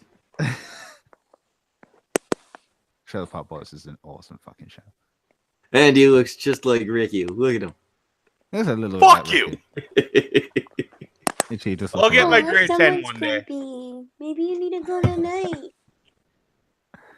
Gonna have some fucking hash. Anyway, cunts, at this point, we're going to wrap the fuck up. This has been, what the fuck did I call this one? Theoretical Rhetoric. We had, of course, our hosts, me, Samaj, and Politipod. And then we had our actually planned guest, Danny Duchamp. And then there's Opal, there's fucking Cog, and there's Futter. And Thorn. Shit, I almost missed Thorn. You forgot Samaj. I said Samaj. Samaj Thorn is always Thorn first. is, of course, one of the hosts of Cunt Team Beta, as well as part of the Cunt News Network. Politipod is also a part of the Cunt News Network. Cog, you all know who he is. And Futter and Opal, I guess, tell them who you are. I'll let you do it this once. Hi, I'm Opal. I kind of hang around, and I'm an amateur artist, and Smudge is my art teacher. Bye. Now, Futter, who the fuck are you? No. There we go. Nobody cares. All right, this was Theoretical Rhetoric. Tune in next week. Tune in next week, Wednesday, same time, 11 p.m. EST, where we will have Bunty King as our guest. And tomorrow we got what's Thursday? Cunt Team Beta with Thorn here. All right, now fuck off.